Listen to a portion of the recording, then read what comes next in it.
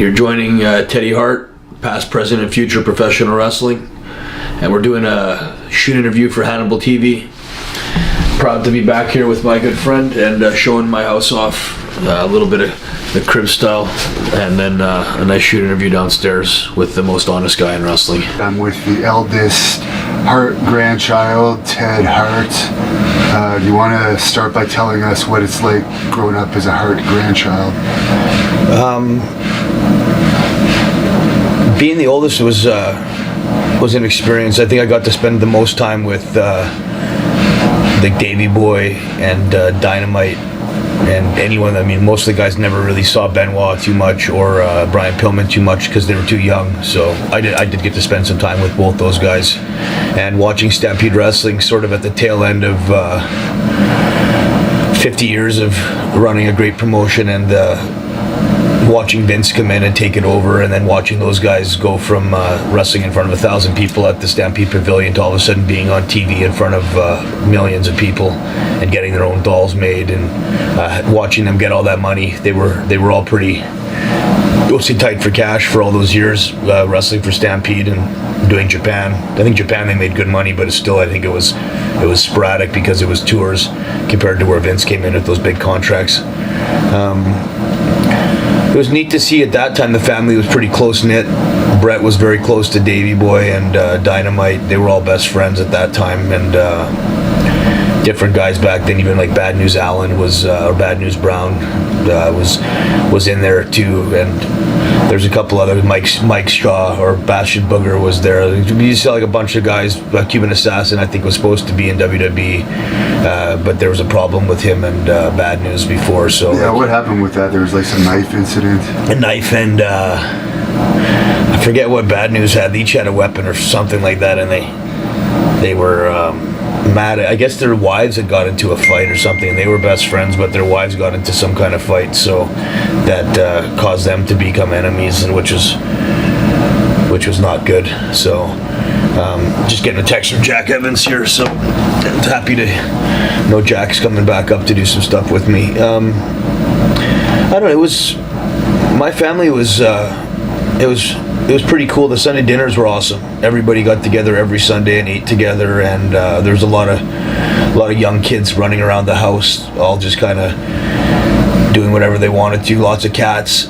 I remember the memories of a lot of cats. Like my grandfather had like about 14 cats and about 5 dogs up there, so that gave me the idea of having cats and dogs getting along in a house, and the chaos of all those animals pissing and shitting everywhere. And there's always stories of my grandfather with like a spatula and some dog shit, which is complete bullshit. My grandfather was very clean, and I've never in his life I saw him do anything like with scoop shit and then scoop people's food or something. That was like stuff like that. I always heard that story from Dynamite or something like that. I thought it was ridiculous and not valid. Part with Teddy Hart is I try to be concise for a guy that smoked pot for years, and I'm sure I've had a few concussions. My memory's pretty sharp, and the truth is the truth, and sometimes people think I've said too much, or I got myself blackballed for telling the truth, or they don't believe my story, which is even worse, because then half the shit I said, why would I say it? It's buried me more than anything, but it was factual. So at the end of the day, you have to ask yourself this question about me. Would you want a guy to come in here and cut an interview because he's trying to get a job in WWE in the future, and because he's the truth, and I'm a real motherfucker. It's my job to make sure fans that spend their time and money on wrestling, they want to know what happened. And it's like watching a movie, and it's supposed to be based on a real life story, and they change half the shit to make it for Hollywood. I don't want to be a guy that's cutting a Hollywood promo. And if it happened and it's real and we ended up with 3 hookers and fucking that's what we did, then that's what we did. Or if we ended up smoking pot or getting drunk, or something happened in the back, this is the way it actually happened. And if I gotta give a guy shit for something, try to point out the positives that he did first. And if it's as if like for like the CM Punk, I've had lots of stuff to say about him in a negative capacity, but at the same time, if you look at my videos over the years, I'm the first guy to give him credit for the progression of what he's done and how hard he's worked and how great of an opportunist he is. He's taken his opportunities and hit home runs with them, and you can't talk shit about guys like that. Same with Samoa Joe. I had a problem with Samoa Joe for some stuff, but to catch a WWE break at his age and to go in there and deliver good matches and have a reputation of being a tough guy because the fans believe he is for what whatever reasons, that's the fans, and if they believe it, then that's true. And you made a lot of money in the last couple of years being on TV, and congratulations to you guys. Same with AJ Styles. I thought AJ Styles was always top 3 to 5 wrestlers in the history of the world, best guys ever, and worked so long and so hard and consistently in TNA, and then went to Japan and hit a home run there, and then went to WWE and became a big star there and a world champion, which is very hard to do. So my hat's off to half these guys. If I've ever heard anything bad I've had to say, I usually try to come back with something that's good, because there's got to be good and bad. It's all about the balance in wrestling. If you're a complete piece of shit, I'd probably rather not even talk about you. So, but the question about my family, it was sad too, because if you got to see what I got to see, you got to see the family as a whole. And over the years, the family was destroyed through Owen's death, and through, we'll say, a little infighting with Diana and Bret over what happened with Davey Boy and Wembley Stadium kind of stuff, where there was just more of like Bret thought he did Davey a favor there, and seemed to be pretty hard on him after in his book years later about Davey having certain kind of like drug issues and things that I thought maybe didn't even need to be mentioned so much, or were not really true, and made it hard for Harry to have to go in and deal with certain things that were put on him by Bret saying stuff about a guy that wasn't alive anymore. It's one thing if the guy can defend himself. I don't remember hearing Davey ever saying anything bad about Bret, and I've heard Bret say a lot of bad things about a lot of people, and including me, and I've had some stuff to say about Bret on the other hand. We're saying just I wish he would have been smarter. And Jim Cornette, if you're going to do these shoot interviews and you're going to be such a figure in wrestling that's supposed to be so smart and correct with dates and shit, go back and actually watch what happened in the scramble cage, because you obviously got kind of senile over the years, which is understandable being that old. And maybe Wendy's, all the times you ate Wendy's or something like that, fucked your brain up, too much grease. But the question was too with Bret and Shawn, obviously I think Bret and Shawn would have wanted to be involved in WWE instead of sitting home and retired with all that money. That's what you said. They both made a lot of money, and they don't want it. Why would they want to be part of wrestling anymore? They're retired at home. And I tell you missed the boat or something on that. I was like, no, I think if Triple H is still involved in wrestling, and Dean Malenko's involved in wrestling, and Fit Finlay was, and Arn Anderson was, and Tyson Kidd's an agent now, and if Bret was smart, in my mind, he loved wrestling so much, and he was bitching so bad about wrestling and the way it was going, then why not be one of the guys that steers the ship in the future in a direction that everyone could be proud of? And if you had that much control and that much power and that much say, and you were complaining about losing a belt, a fake belt in a fake sport in a city because it was Canada that caused all this heat and this huge rift in wrestling, I thought maybe if that didn't happen and Bret and Shawn were friends or a tag team or had become the Clique, and Bret was part of the Clique instead of being basically exiled from that group of guys and then having to go to WCW and deal with a bunch of other guys like Hulk Hogan and Ric Flair and whoever else Bret wasn't really keen on working with or talk shit about or whatever. And it affected the unity of the family, and Davey and Jim went to WCW, and I think they weren't protected, and without the WWE structure and discipline, those guys got into shit, more shit than they should have, and their legacy was definitely tarnished by that. And Davey Boy made that comeback to go to WWE, which was cool, with The Rock, and he had a couple of things when he came back in the pants and the boots and the tank top, and that was at the end of his career. But I mean, if you think about how things could have went, I always thought it would be really cool if they had been friends, and it went back to the Jim Cornette quote, just that I didn't know what I was talking about. And the Ring of Honor stuff, I was kept doing backflips to get a pop.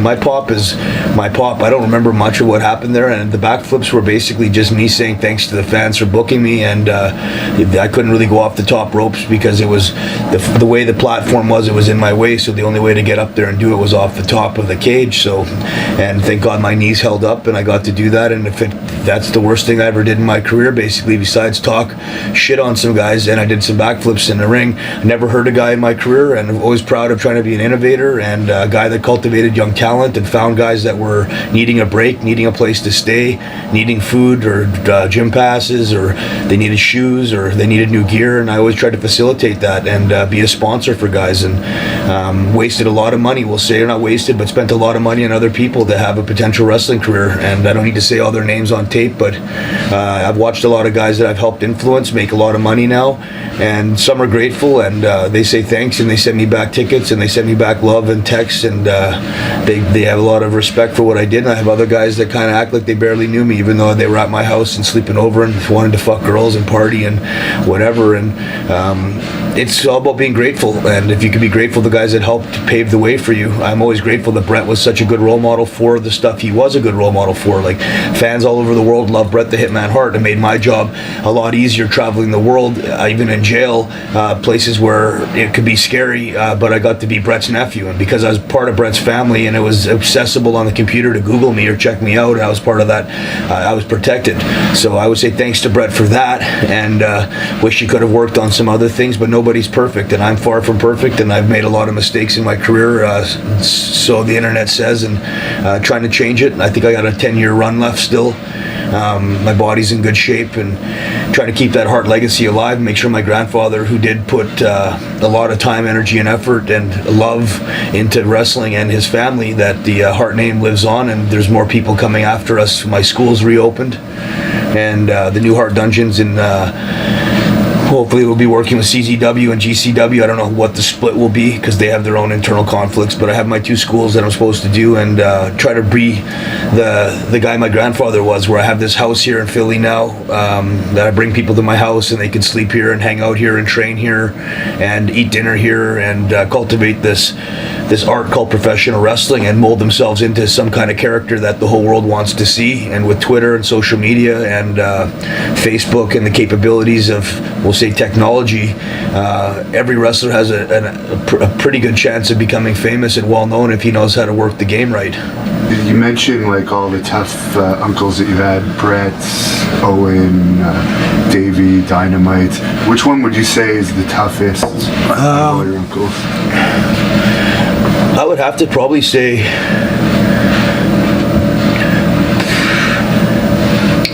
it's a tough question. I mean, I heard Dynamite was pretty tough in his day, but he didn't last.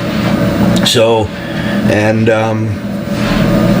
I would have hated to see Davey Boy get mad. He was pretty strong, but same with Jim Neidhart too. I bet they both would have been pretty tough if they got mad. And I'm sure Bret was shoot not too bad, a good amateur wrestler, and probably pretty strong, and all those years of wrestling, I mean, I'm sure he's developed a pretty good chin, and it would be hard to knock any guy out that it's, at least in my family, because of, I would think they're training with my grandfather on their necks. All those guys had big thick necks, so it'd be hard to knock them out. If I had to put one guy, if I could say into the whole group of the people, I'd say probably Harry Smith. If I could go for all my uncles and nephews, I'd probably think Harry Smith would be the toughest out of all of them now.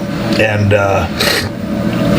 I think he'd be the toughest because of all the shoot fighting he's done, and going through his dad dying and having to go to WWE and deal with a lot of those guys trying to be tough guys. And I remember JBL kind of took some cheap shots at Harry in a match one time, and I'm pretty sure Harry in a ring with no rules or in a street fight would fucking rape Justin Bradshaw pretty badly, even though he was supposed to be so tough. I saw him in the Brawl for All, and he didn't look like he was that badass at all. And that's the same thing coming from a 195-pound guy. It's like maybe he was a tough guy, and if he got a hold of you, good. But I mean, if you get punched in the face a couple times by a guy that's even 190, 195, and your teeth are getting fucking knocked out of your mouth, or you're getting eye gouged or something, because it's not some wrestling match where you got a referee and or MMA with gloves on and breaks and the mouth guard and shit. I'm not bite you. It just says you can bite me or I'll fucking poke you in the eyes. You can poke me in the eyes, but it's a different type of fight. And I think sometimes guys take liberties in wrestling and act like they're tough when some of the toughest guys in the world in wrestling, supposedly the Brawl for All exposed how tough they really were, and most of those guys got fucked up. Dr. Destiny Williams was fucked up. Bradshaw got fucked up. Billy Gunn or Bart Gunn was supposedly like an unknown guy, and he seemed to be pretty tough, and he got fucking killed by Butterbean.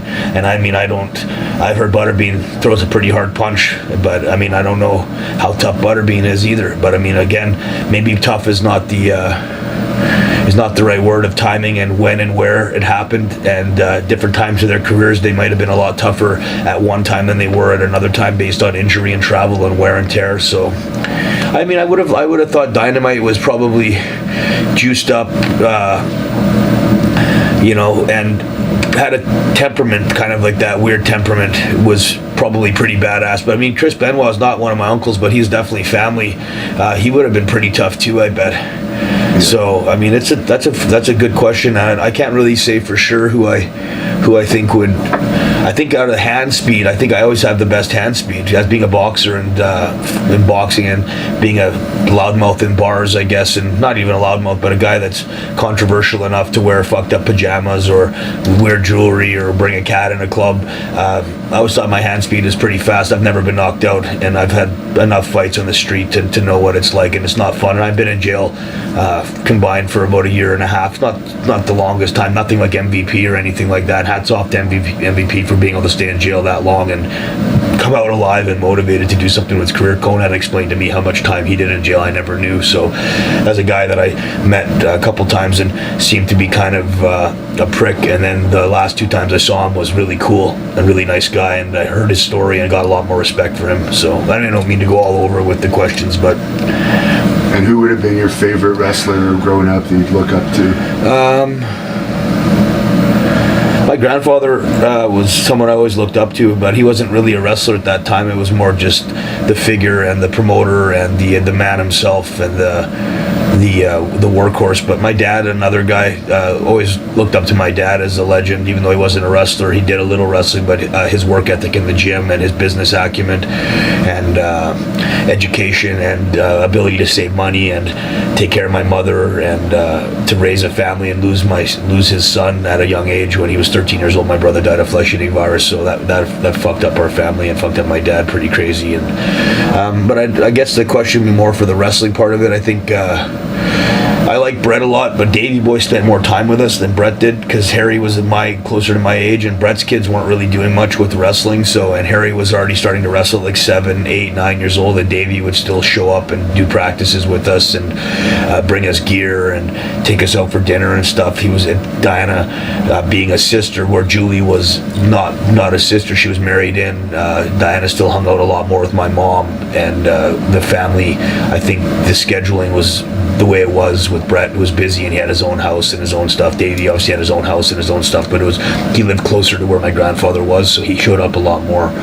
Probably say Davey Boy at that time would probably be the one I looked up to the most, just because he was so big. And he started off very small, and he got so big in the gym by working out so hard and eating so much. And people have no idea, unless you're a bodybuilder like Brian Cage, absolute fucking stud, and more respect for Brian Cage than almost any wrestler in the history of the world for how big he got and how good he looks and how he can move so fast. Because I've been trying to get big for years, and I've gotten big a couple times where I don't even get to do a video or any matches, and I'm looking pretty good, and then like one little injury, nothing like major, but like a chest pull or a bad back for a couple weeks, or like your knee gets fucked up a little bit where you can't do as much in the gym or you travel or go to rehab or jail or whatever the story or excuse is. It's very hard to maintain size and maintain a busy wrestling schedule. Really tough. So were you around for that incident? I guess you would have been pretty young still, when Davey had an issue with one of the dungeon trainees and he came down and pretty much kicked the shit out of him. Do you know which time that was? It with Carl LeDuc? It was around the time Carl LeDuc was there. I was there, yeah. That was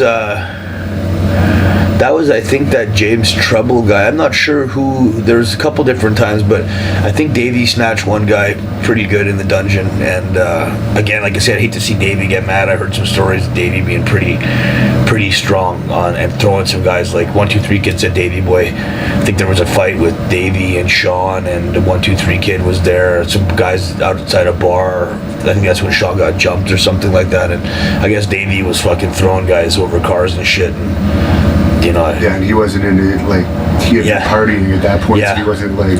super fresh, yeah. He probably had a couple drinks in him, so, I mean, imagine if he was sober and fucking... I mean, again, those guys, each one has their own mystique, and most wrestlers are pretty tough in general. I think they have to be.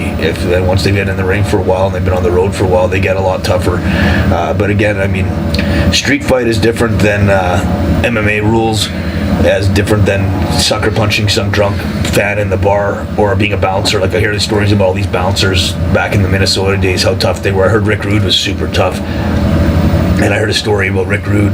Lanny Poffo said that Rick Rude knocked out both the Steiner brothers back to back with like one punch each or something. And I don't know the validity, I don't know the truth of it, but it sounded like, from my gathering of information over the years, that Rick Rude was supposed to be one of the toughest guys ever, because of his fucking forearm strength and his fists and his hand speeds. I mean, a good punch in the head is gonna knock anyone out, you know, or rock you pretty good. And if that's your thing, and you're sucker punching guys in wrestling and stuff, and I guess Dynamite was a master of giving sucker punches. He sucker punched one of the Rougeau brothers supposedly, and that's what caused that whole thing. I mean, he can be super tough, but if you sucker punch the wrong guy, like a Haku, and Haku turns around and fucking he's pissed off, he wants to take an ashtray and gouge your fucking eye out of your head, that goes to another level of like tough and crazy. And like, you know, Barbarian, Warlord, Haku, some of these guys, each one of those guys I imagine would be probably pretty tough in their prime. They're huge. Even like Hacksaw Jim Duggan, I bet back in the day, these are all big 250, 260, 270 pound guys.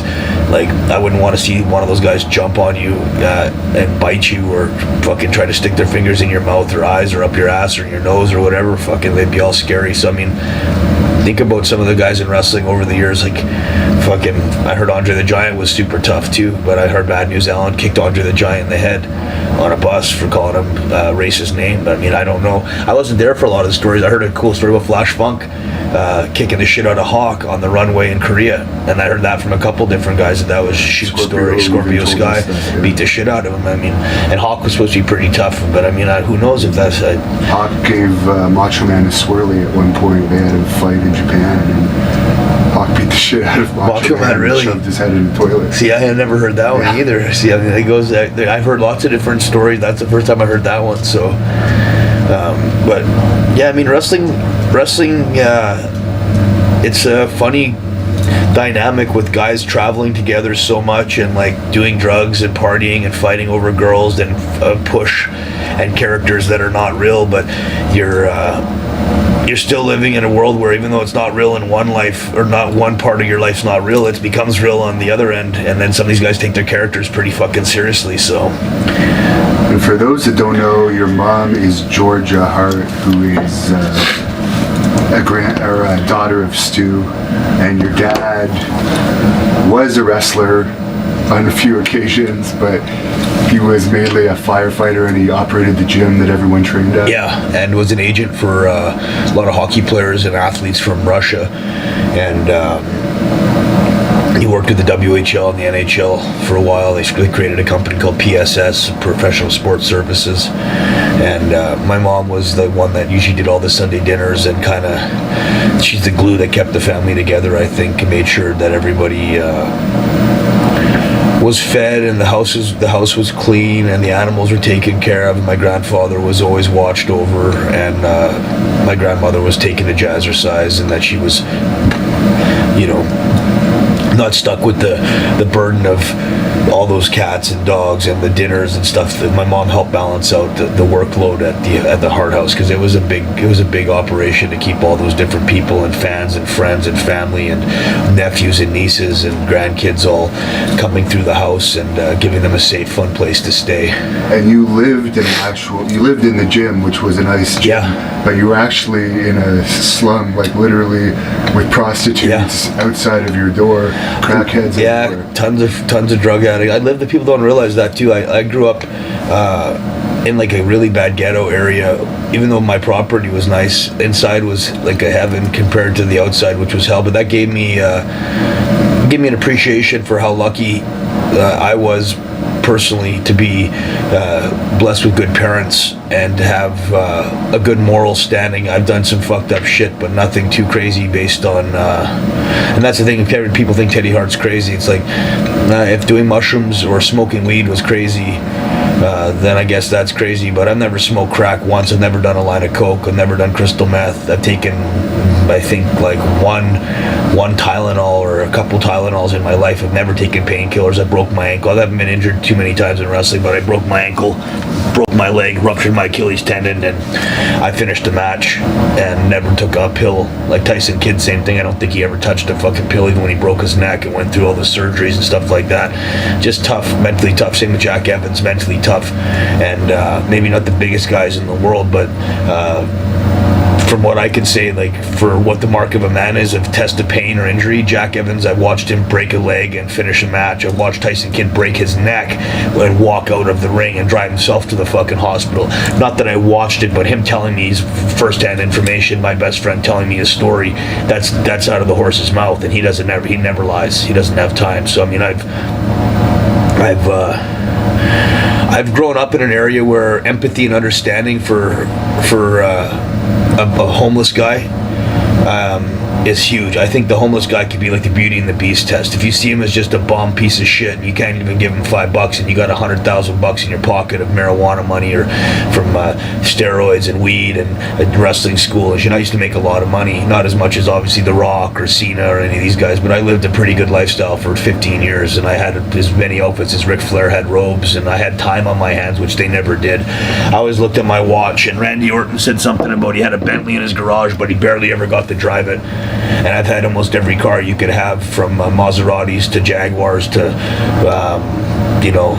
souped up Jeep Grand Cherokees with fucked up engines, and like I've done it all for what I could do, but I had time to drive, time to enjoy, time to see my wife. If my cat was with me, it was with me 6 days a week, where Tyson Kidd gets to see his animals maybe 2 days a week. So I think have other people chauffeur you around like I see. or I had a lot of chauffeurs and stuff too, which was always cool. But I mean, I did that on Street Hustle, and I did that because I think I understood the way of taking care of the little guy on the bottom, and understanding if some poor homeless guy has a story, and listen to his story without wasting too much time gathering information from sources of poverty or bad luck or whatever. But everyone's got a story, and if you can learn from the guys on the bottom and be nice to them, I think they provide you with a blanket of protection in the future. And I've been in some really shitty situations where I don't know how I came out alive, in different neighborhoods where I was stuck trying to get weed late at night and on the road, and should have got jacked or ripped off or fucking stabbed or shot. And God protected me, and I always thought the reason God protected me was because I was a nice person to people. And that's the thing Teddy Hart gets a stigma for, is sometimes I think I'm an arrogant asshole or a prick or stuck up. I earned my own money from the street. I spent a lot of time on the street. I sold a lot of weed to people instead of selling coke or meth or crack to people, which for price per capita, price per gram, is you make a lot more money selling shit stuff to people and misery than you do selling good. And if marijuana is the worst thing I've ever done, now the whole world's smoking weed. It's going to be legal in it's Canada. Going to be legal in Canada, and WWE, I think, should look at that again. And if Florida's got marijuana rules, I think the WWE's become a little more lax on guys getting a medical marijuana license in the state of Florida, and they can smoke if they pay their fines ahead of time. So I hope that helps get guys off of the pills or painkillers and or alcohol. Yeah, alcohol's the worst, man. I can't even imagine, because I can't smoke weed right now. I'm on probation. I have to pretend to drink this beer here, and it's just the only thing I can do is basically like smoke a cigar. And this has been like this is a year and a half of not smoking weed for me, and I don't feel my body's healing as much, and I don't my workouts aren't as good. I'm having trouble eating, so I go back to the marijuana. I think is an essential part of if you are a smoker and you know why you smoke, and you're an athlete, you smoke for these reasons: to meditate, relax, and to heal. And those are all things I still stand by, and I wish I could go back to smoking marijuana, but I'm proud of myself to not. This is the longest I've ever gone without smoking, and I really don't drink much anyway, so it wasn't a huge big deal to not be able to drink alcohol. But it's like when you're dealing with probation and cops, and we go back to the question of like, did you grow up in a bad area with a lot of like weird things and homeless people, and was it they made me tough, they made me understand, they made me love, and they also made me learn about what probation was, because I'd hear they're on probation or they've been charged, or what happens once you've been in that situation or you've gone down that side, called the dark side of life. And man, it puts like a stigma on you, and it's like a burn, like a tattoo, because people look at you differently when you say you've been in jail or you've been charged, or they go on the computer. And some girl last night Googled me, and she was like, "Oh, you have sexual assault charges." I said, "Yeah, but I can't stop someone from charging me, but I can definitely show you the answer to the question, which was I guilty? No. Did I beat it? Yes. When I got a DUI, did I take responsibility for it? Sure. Was I drunk? No. Was there alcohol in my system? Absolutely not. I was drugged, and I said that from day one. But the only way to get off probation, instead of waiting for a trial, which would be another year away based on how busy the Texas courts were, I would have had to wait. So I plea bargain out. I'll accept guilt for that, because it's adjudication. After it's done, then it's off my record. If I do 3 years probation, it's off my record after. I'll take the charge as this is what happened. But some of the shit on the internet bothers me, because it doesn't come off right away. You see it, and if you don't read enough, and a lot of guys just jump to the conclusions where they just read the first 2 pages of the book. And the book's fucking like saying this guy's a piece of shit or a murderer or this guy's a sexual rapist or deviant. It's like, man, that's never been me. But if you read the end of the book, then you find out the truth, which is the guy beat it. He beat it. He lost maybe half the shit he ever had. All materialistic stuff that I earned and worked for and got from my wife and from all the years of wrestling and training and selling weed and being we'll say like a type of gypsy guy I am, in many different businesses, selling cats and running a school and opening a gym and doing clothing and clothing line for strippers and stuff like that. Whatever I could do to make money, all taken away from me based on some bullshit that I had a sexual assault charge from my wife and girlfriend, which wasn't printed, and I got Rolling Stones magazine. Supposed to be got an awesome opportunity to be in Rolling Stones magazine. It turns out to be kind of a smear campaign on me because the guy didn't like the way the finish was, which was me going to Mexico and Conan's claiming there was a press conference out of nowhere. Then he knew I was already fucking basically 10 hours away and I couldn't get there in time. And another guy, Conan, I love him, but always sees things one way and thinks he's exactly right. And it's like maybe your mind or your memory's not quite as sharp as you think it is on certain things, and you say something and then you bury me, and then it's like politically cool to be a anti-Teddy Hart guy, but yet I'm the first guy in your house if it's Christmas or you need a cat, something like that, or you need a friend and you're sick and nobody wants to drive you to the hospital. I'm the first guy waiting for you because I think of my relationship with certain guys outside the ring as I'm their friend on the street, and in the ring they talk a certain way about Teddy Hart because it's cool to be like, oh, that Teddy's crazy or that guy's this. It's like Teddy Hart's a guy you could call at 4 a.m, reliable enough to pick you up at the airport, pick you up off the street, change your flat tire, help you to the hospital, watch your wife and wait with her, and never be a pig or a pervert or a piece of shit or a danger around your kids, and carry around a cat this whole time to show people of like, you know how much work it is to carry a cat around everywhere and change its litter and keep its fur clean, its eyes clean, and make sure that cat's actually trained enough to be considered fun. It's not like some fucking cats around is scratching everyone and running around pissing and you're like, where's that cat? It's like under the table 1 minute and it's over here another minute. It's like, it's never been a headache. The cat was basically, to me, it was an idea of showing people I'll take an extra job on, because if you don't like me, then you might like the cat, and if the cat gives you 5 minutes to come interact with me and get to know how I think and how I interpret half the shit that's being said to me or about me, or the way I really want fans to see me as a good guy, and because of the truth, not because I want to be the good guy. I'm a fucked up person. I have a fucked up way of looking at things, like I say, with aliens, conspiracy theories, my religious views on stuff. Just like I see things differently than a lot of people. I'm not asking you to agree with me, but listen to me most of the time. I'm educated enough to back up what I think, or show you stuff on Google at least as factual, to say, well, this is where I got my information from, and go from there. So, but my shoot interviews, like I say, half the time when I talk, it's like one question turns into 5 other things, and I try to go back to the question again. And I think it was more along the lines of like my neighborhood and growing up in a shitty area with a lot of bad people. Bad people aren't bad people; they're bad situations, and a lot of bad people are actually good people as long as you give them a chance to talk, and they're not trying to steal from me or trying to kill me. A lot of people, I grew up with prostitutes, a lot of prostitutes.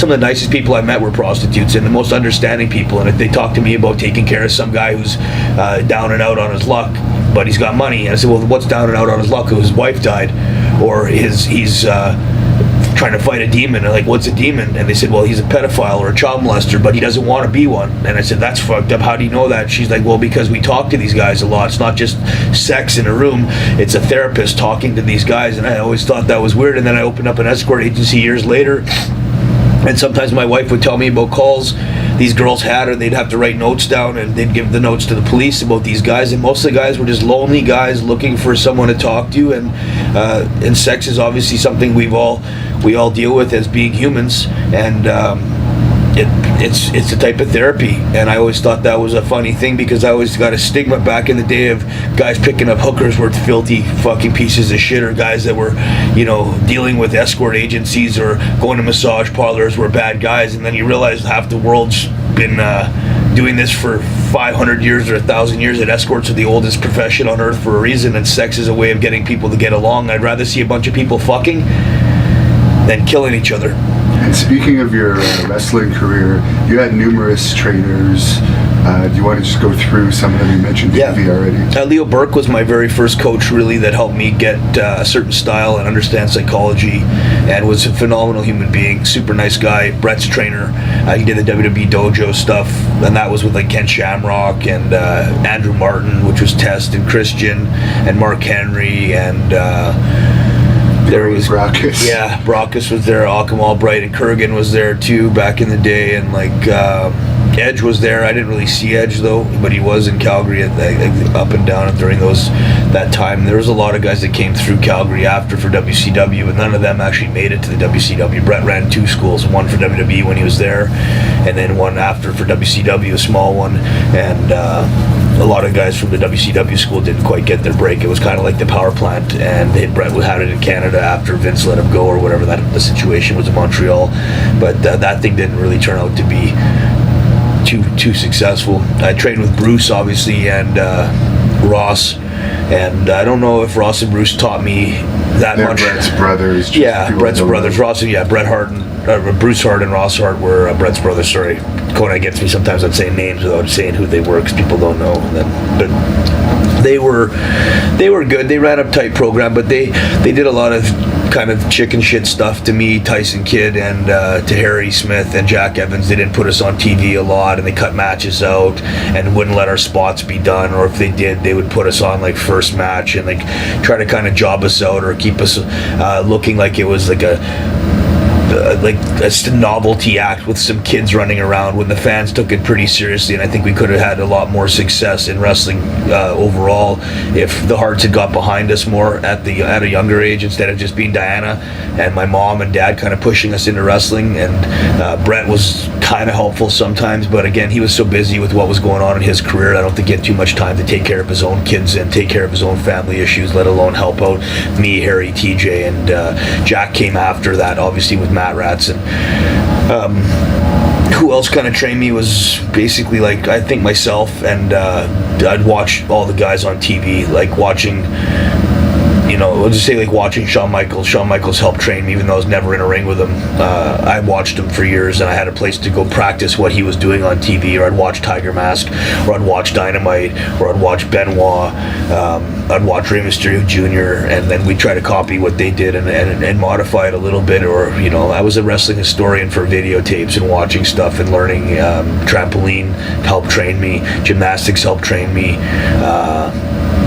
A lot of guys like Arnold Schwarzenegger pumping iron, saying he's smoking weed and working out to help train me. You learn your stuff from consider the source theory of wherever the source of information is. Watch what they did and how they did it, and if it sounds like they're successful, or seemed like what they did was accurate, then you could copy it and change it a little bit to suit your style of living. And every character's different, every man's different, but the information's usually the same. It's all about hard work, dedication, consistency, and behavior, and those are things that can make you a huge success in whatever endeavors you choose.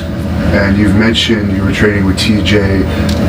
For those who don't know, you were friends with TJ from school or something, right? From grade 4 on, and I helped Tyson Kidd. Tyson Kidd is a guy that I always... He didn't need to learn much from me. He would learn what not to do more than anything. He was so smart. He was one of the sharpest guys I ever met. And even to this day, I think he's the sharpest guy I have ever met overall, besides... my dad's pretty smart, and education-wise, good memory, great speller, but for the education Tyson Kidd had, his brain, his memory, the thought process and free choices that he made were always the smartest. And it proved that he's a millionaire, and he never fucked up. And because he was smart, he knew what to do and how to play the game. And what happened with his neck was obviously complete bullshit. And I don't think anyone could ever argue with that he's probably the toughest guy in the world to be able to go back in and watch a bunch of guys do what he was doing. And he was doing a better job than most of those guys ever were, and wasn't getting recognized for it. Then finally, near the end, we started to get that push and that understanding and the respect. He was better than Benoit, I think, and better than Owen was, and better than Dynamite and Tiger Mask, and never cheated on his wife once, never smoked a cigarette, never fucking maybe had a beer in his life or two, nothing. I mean, one of the most clean-cut, straight-edge, good people, solid guys you'll ever meet. I trust him with my family. My son looked up to Tyson Kidd and considered him more of a dad type of character, because he was going to visit my son and I hadn't seen my son in 15 years. And don't get me wrong, I paid all my child support up front. I never missed a child support payment. Just my lifestyle for a 5-year-old, 7-year-old, 10-year-old to see a guy with multiple girlfriends, smoking marijuana constantly, wearing fuck up pajama suits and crazy outfits and stuff. I did not want my son to ever be a wrestler. I wouldn't wish it on my worst enemy. I tell people I would not wish. Don't be a professional wrestler unless you really want to be a professional wrestler and you've decided that's what you want to be. I run a school and I'd love to take your potential and make you into a star and help you live your dream and take your money and use it to buy a bunch of stuff for 15 other guys that want to live in a cool house and experience the allure of being a potential superstar. But the actual schedule and the guarantees and the no insurance and no dental and limited jobs. Fuck yeah, I wouldn't wish it on my worst enemy. Part of me wishes I wasn't a professional wrestler. If I go back in time, I wish I would have done something else a lot. I sit in my bed lonely at night after multiple failed marriages because of my travel, or not marriages, but like my girlfriends are basically wives to me. I've had a couple serious 5-year relationships that were basically, that's my wife. And one of my girlfriends died. I don't know if you remember Nikki. She just OD'd on heroin and crystal meth, I think. I'm not sure exactly what the details were, but she was in Mexico with me for a couple of years, and one of the things I prided myself on was I'd done certain drugs, but one of them was never crystal meth or coke, and those drugs are really bad, and most drugs are bad, and most things done in moderation can be tolerated, and most things done, we'll say with that maniac style, you're gonna fucking have maniac results, which are fucking death and destruction. And she OD'd, and that was a girl I spent a lot of time with trying to get clean. Same thing with my wrestling school. A lot of the guys I see them down the road after, and they either became cops or they got into drugs. And it's like weird because it was like one option or the other, because the heartache of not being a professional wrestler either provides a discipline that you learn from the school, how to be tough and take bumps and how to live a certain lifestyle, or you watch the other part of it and you got into really crazy shit because you thought that's what professional wrestling allowed you to be, was a party animal. And that's not how I taught my school. But I mean, you can't prevent someone after they've been out of your custody. What they're going to do with their life is up to them. Now, as good as a wrestler as you are, from what you've told me and Harry and TJ, your brother was actually an amazing wrestler. Yeah. Can you tell the story of what happened with him? It's a tricky one. They don't know if it was from a dirty wrestling mat or if it was just like bad luck. That might have been like he got hit in the chest or something, and that could have caused it too. Some kind of like weird. I guess it like bruised his lung or something, but that might have caused it to happen. But he ended up getting staph infection, and turned out, and then from there I think it blew up into flesh-eating virus. And he was a phenomenal person too. My brother was a real gentleman, very humble, quiet kid. Every parent's dream. Woke up in the morning, no complaints. I'm a whiner, spoiled type of kid, a little bit, problems in school and telling teachers to fuck off, and doing little pranks and vandalizing certain things and shit, like a troublemaker type of guy. And he was the complete opposite. And good friends with Tyson Kidd, very good friend. And same with Harry, obviously family with Harry, but they were very close. And he was such a nice guy and worked so hard at being a wrestler. He loved wrestling and took it so seriously. And for him to have to die the way he died, I think it really destroyed a lot of people in our family. It was hard on Bret, I know that, just because I think Bret,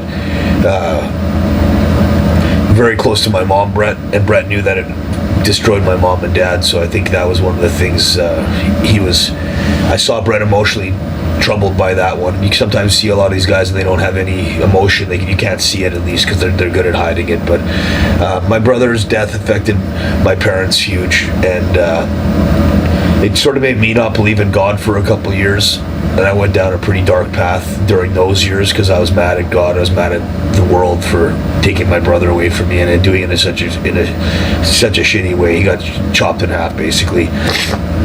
They amputated both his legs.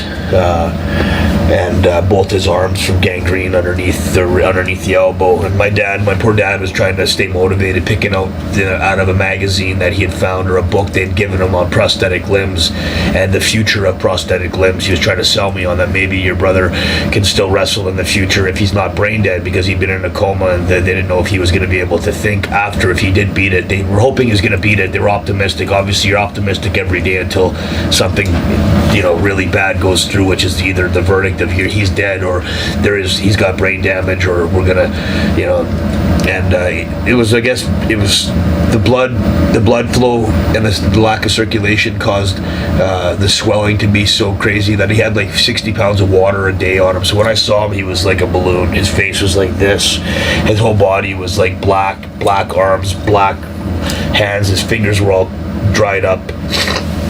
And TJ and I walked into the hospital, and I said this in another interview, I think one time, we were both pretty mentally tough guys. We both grew up in a shitty area and walked the streets all the time, and thought we were pretty tough, little badass kids. And I remember both of us looked at each other, and we were so scared after that, and it was ruthless, man. I felt so terrible. I couldn't stay in the hospital. I wanted to get out of there so bad. My poor parents had to sit there every day.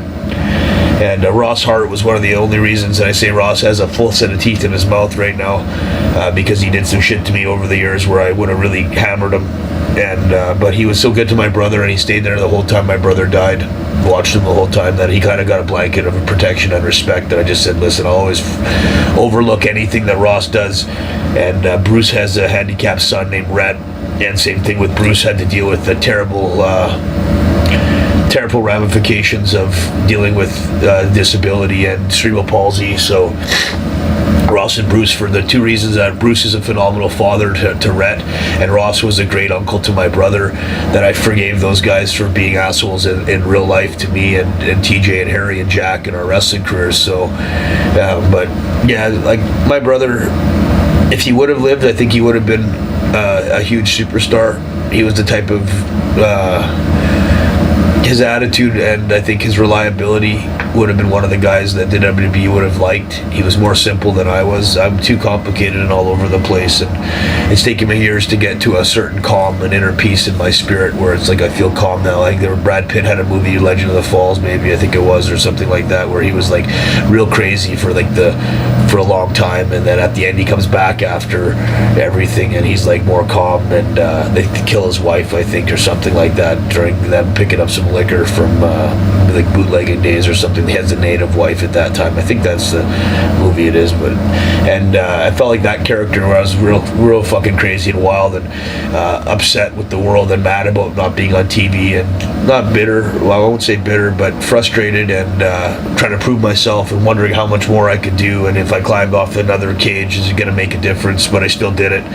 Balls and respect, and thinking my brother up in heaven would at least be watching me, and that if I didn't make an opportunity, that he got no chance to ever live. He never had a chance to do it. At least I can't quit. I got to take it at least as far as I can, and try to go as hard as I can for as long as I can, to try to see if there's still some silver lining at the end of the day, that maybe I get my break and I get a chance to still be on TV, or internet TV becomes so popular that I think it's 4 or 5 million people watch me on YouTube now, so I can at least say I'm somewhat famous, and I go to places where like wrestling conventions and WrestleManias, and way more people seem to know me than I thought they did. So that's pretty cool, and I hope my brother's in heaven proud of at least the fact that I always thought I did some of the best moves and had the biggest balls in wrestling, and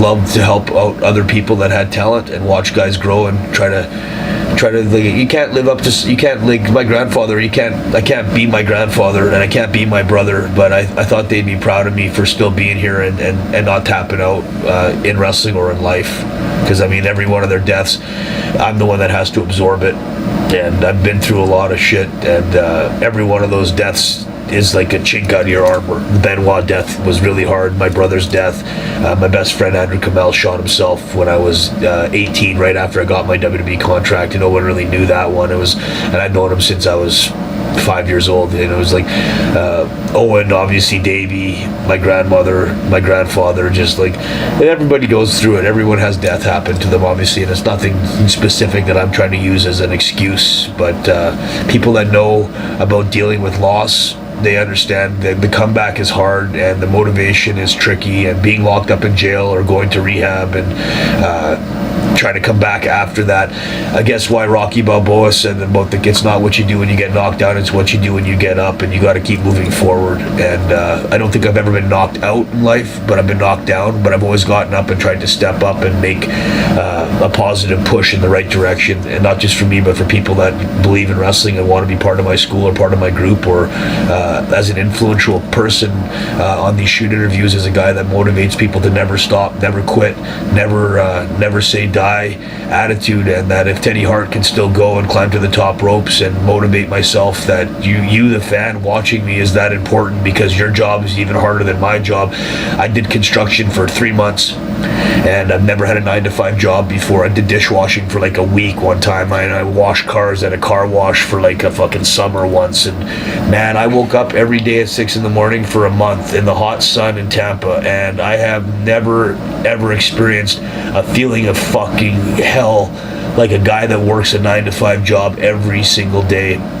And hats off to every guy that's got a full-time job, that wakes up in the morning, that takes a train or gets in a car and has to start that car up, and he knows he's got 35 years at that job to continue paying for his kids' education, his house, his lifestyle, and that's all he has. And half the jobs these guys have suck, and they're not happy with the job, but they got to look in the mirror every day and find motivation. And then they go to the gym after work, and then they go to their kids' soccer practice or their hockey practice or their daughter's singing recital, and then they got their wife on top of that. They got to go balance it. The 9-to-5 lifestyle, what human beings have to go through in general. I wouldn't even want to talk about what third world countries have to go through, but from what I see in North America, to all the guys that buy the videos, the average Joe guy, the wrestling fan that is buying my shirt or buying the video or clapping for me because I did a high spot or whatever, I clap for you guys. And that's no ass-kissing phony baloney wrestler trying to get a promo of, like, you know, when I say the name of the city, I love Houston, and we're in Houston and a bunch of fans, it's a cheap pop. My thing is the guys that do this and respect the world, the way it works, and make things work. The guy that's at McDonald's, the guy that's doing your fucking plumbing, the guy that's your construction worker, the guy that's paving your streets.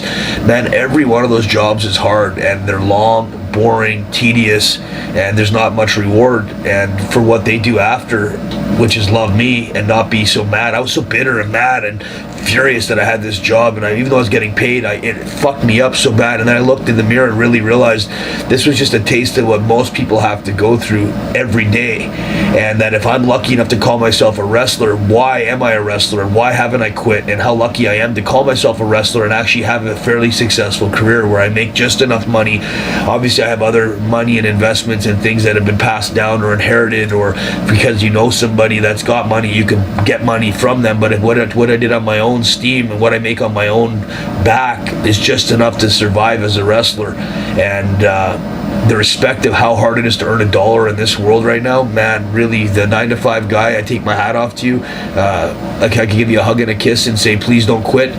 We need you guys to keep working your asses off and keeping the way, they're the glue of the world. They're the ones that keep the world going in that direction, and their hard work and their drive is unbelievable. And a lot of people don't know about this, but shortly after your brother passed away, you, Harry, the WWE match in Vancouver. That was a reward sort of for getting back on the horse and still wrestling after my brother died. I think Owen helped organize that for us.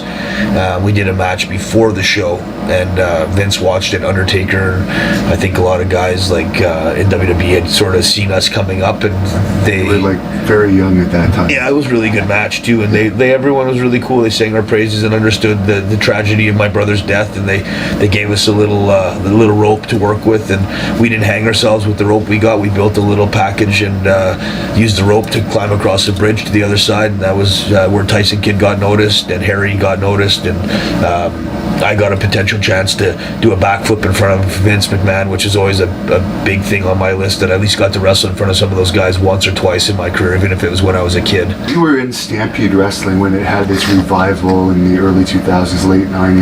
Mauro Ranallo was the commentator. He was also the commentator for Matt Rats. Yeah. What do you think about that whole thing that recently happened in WWE with Mauro and JBL?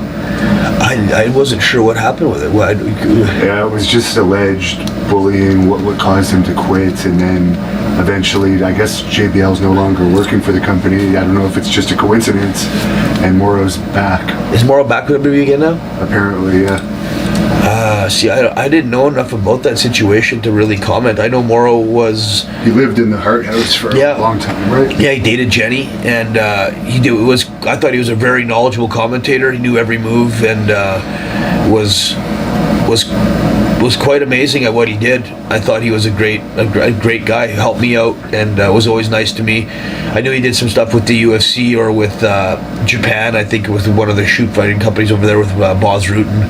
I knew that about Morrow, and I knew he had some problems with like, we'll say not mental issues, but I think with depression and maybe bipolar or something like that. That he suffered from that, and he gave me some advice on how to prevent that from happening in the future to me, or if there was medication to take to look into it and stuff. And I don't think I suffered from that, so I didn't really need to follow his advice. But he was at least a nice guy to try to help me out and provide me information that was potentially the framework for other people that have mental challenges or disabilities to not fall victim to that type of thing. But I can't really comment on that. The one thing I remember about Morrow that's interesting looking back on it was when they brought in Don Callis and Joey Styles to do the commentary for Matt Rats, and Morrow kind of was against that. He flipped out, remember that? Yeah, he flipped out. Yeah. You got a good memory. And at the time, I was thinking, who is this guy? But ultimately, in the end, Morrow's had more success. I think he commentated the McGregor fight. Yeah. So, you want to explain to us what Matt Rats was? Because you had a great roster that's ended up, everyone's done pretty well almost. Yeah, there was some really good guys. Rene Dupree made it on TV. Apocalypse made it as, what's his name in WWE? He's with the Ascension. Yeah. Rick Victor. Rick Victor, and obviously Tyson Kidd and Harry Smith, Natalia, Jack Evans, myself.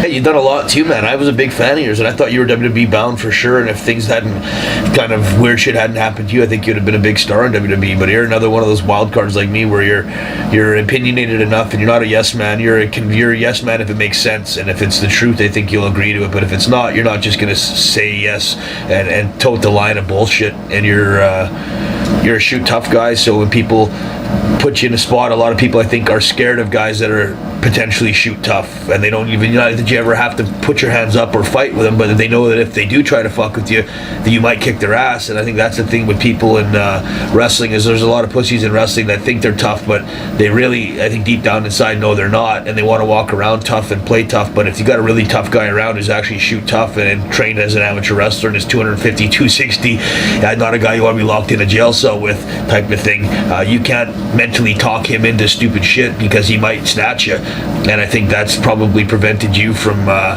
being a more successful person. Obviously, you're pretty successful now because you're paying me to do an interview, and you're the one coming up and enjoying the luxuries of being smart and connected and hardworking in the wrestling business, but not as a wrestler only, as a promoter and as a website guy, as a channel guy or podcast type of scenario, where there's a lot of facets to wrestling to make money in.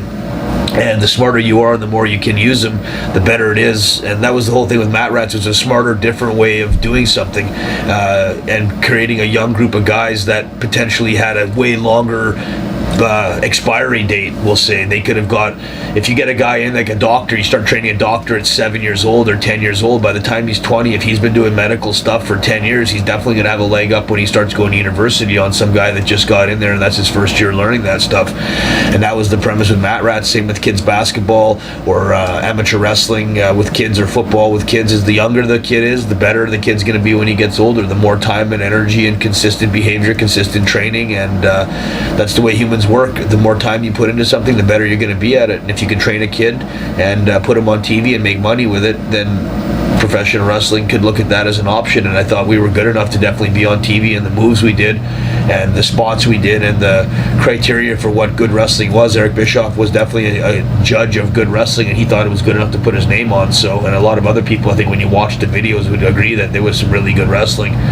and mostly high flying, some obviously technical stuff, but a really high speed, high energy wrestling with cool girls, little young hot chicks all around the ring, and like a rave type of atmosphere with a lot of music and a combination of different bands from MTV and guys that were getting a push because the music represented the type of wrestler, and because you liked that band, you'd watch that wrestler. MTV tried to copy it with Wrestling Society X. It didn't work out, but Vince has been doing that with music and wrestling ever since. I think we were the people that came up with that concept or idea, or definitely were one of the first people that came up with that type of framework for these guys to copy in the future. And one other thing that stands out for me from that time, other than that incident with Morrow, was Eric Bischoff's speech to all of us, which I'm sure is funny because I've met Eric since then, and when I brought up Matt Rats to him, he totally shuts it off. So I just find it funny. I remember he gave us like a 20-minute speech and said they said everyone at WCW was too old that I was using. Well, now I'm gonna shock the world and I'm gonna have the young guys. And like he was so confident in that speech. Remember he fell? He fell right after making that speech too. He like slipped and fell on his ass. I don't know. I mean, Eric Bischoff was a cool guy in person. When I met him, he was always nice. But I've seen him in airports after that, and he was kind of a dickhead. I've talked to him a couple times after, and he seemed like an arrogant piece of shit. And he had no idea that he even knew me or trying to act like a superstar. And I'm like, for whatever you did do in the business, and whatever, congratulations. And you did a lot of stuff and lasted pretty long, and I don't know whose money it was or who was actually in power, but for whatever your position was, hats off to Eric Bischoff for that. But as a person that I saw that was credible and consistent over the years, sometimes you see a guy and he's like, hey bro, how are you? He's really nice, and 3 years later you see him and he's a superstar all of a sudden. Like, I think Eric Bischoff was nicer when he was a star or when he was supposed to be important and powerful, and then when he dropped off and he was basically nobody after that, then he was acting kind of like he was somebody, and I thought that was a fucking kind of a weird switch. And he did ultimately fail WCW. He was only actually beating WWE for a short period of time, and he was only profitable for a short period of time. He actually caused a huge amount of money loss to TNA. Oh yeah. And of course, he was in charge of what? He fucked Matt Rats up. If we didn't have Eric Bischoff, I think Matt Rats would have been way more successful. And he basically made me and my partner Graham Owen fucking headbutt each other on a couple issues and like different stuff that happened, and we rushed it because Bischoff wanted to be involved, or he wanted it to go a certain way, and before that it was done with me and TJ and Graham. The three of us had a better mind for what we wanted than Eric Bischoff jumping in last minute with Jason Hervey. I think those two guys both didn't know their heads from their asses when it came to different wrestling scenarios and storylines and what was working and why we were successful, why he liked it in the first place when he came in to watch, why he thought it was so cool, and then when he got involved and tried to change it, it wasn't so cool after that.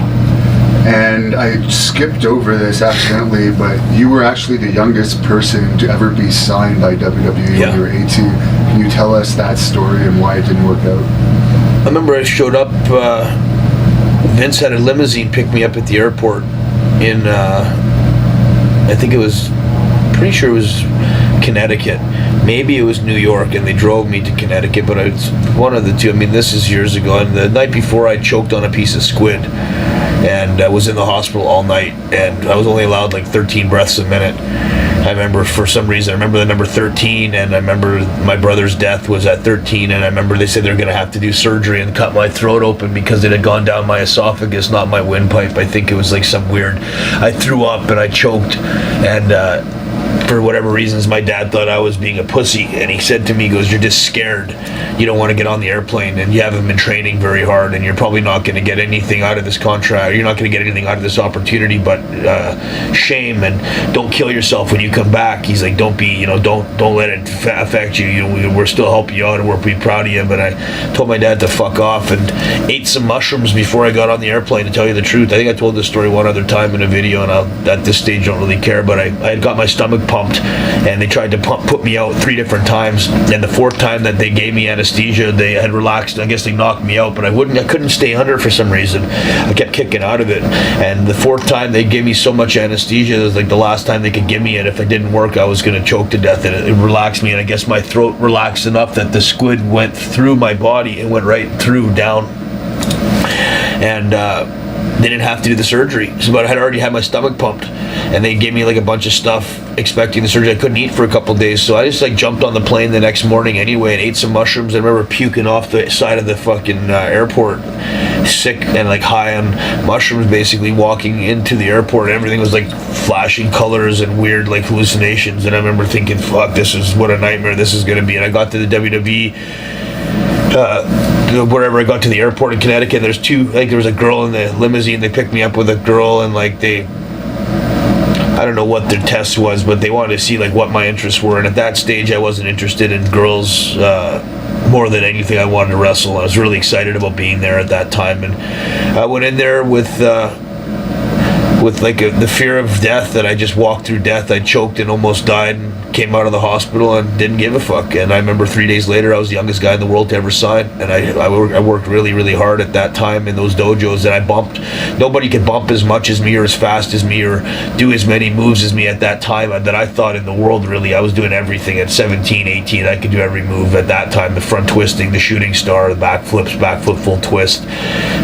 Before like some guy like Will Ospreay who comes in, it's 20 years later, man, and I haven't heard you shout out to any guys that you watched. Like Neville, at least, always sees me as respectful. Jack Evans, the guys that innovated, like the very first guys, Ricochet, the very first guys ever to do like the 630 and like the 450 with a twist, or like the backflip full twist. Like I think it was I go back to like Jimmy Yang doing a backflip full twist, or Blitzkrieg, or like these guys, or Kidman doing the shooting star, or like, and Mark Merrow, or doing like for Flash Funk doing the 450. Like, and I see these moves, and the guys are acting like nowadays like these guys are doing this shit and it hasn't been done. It was like brand new, it's been innovated. I'm like, this shit's been being done for 25 years. There was guys like 35, 40 years ago that were gymnasts that did wrestling stuff that were doing the same shit or even harder shit. You just don't see it. So I just thought, at least for being me at Teddy Hart at that age, if I could go in and do every move that I'd seen done already on TV, basically, and do them clean, and then work hard and bump hard and make guys look good. I was also very small, so I had to make guys look good, and you're not going to muscle around a fucking 290-pound guy, or like all these other guys that were there. Kurt Angle was there, Jeff Hardy was there, Matt Hardy was there, Sean Stasiak was there, like there was Glenn Kolka, Steve Williams. Yeah, Steve Williams. There was a ton. Steve Carino. Dory Funk was running. Christopher Wasn't it one Daniels. of the first ones they ever did? Yeah. Before the development system. That was before the development system, and I hit a home run in there, and I got a job and came back, and my dad was appalled that they had given me such a big contract, and that I had no brain for business, he said, and I would waste my money on marijuana and clothes. I bought so many clothes and marijuana, and then my dad got a hold of my money after that. And there was no testing at that time. No, it was awesome. And you could get GHB at the store, at the GNC, so it was legal. And I said this in videos before too. The GHB, whenever I got it at that stage, was legal. You could buy it right at the GNC, and it was to help you sleep. Steve Regal, another guy that plays kind of a weird role when I see him in the future, and he's all clean and he acts like I don't know what you're talking about. It's like, well, I was fucking doing GHB in a room with you at 18 years old. You're the one that took me to a fucking massage parlor and stuff like that. So again, and Regal might be upset, and maybe it'll affect me getting a job, or he won't watch me at PWG if I ever got to go to some of these other promotions, because I said something in an interview that was true. You know, it's like, he was my friend, nice guy, and I really thought he was cool. I saw him in the future, and I asked him about something, and he went right back to the office and told, and then Natty came back to me and she said something to me, and I knew Steve Regal was the one that went back and stooged me out to the office about me saying something about GHB. It was like 15 years later to him, and changed the story, of course, too.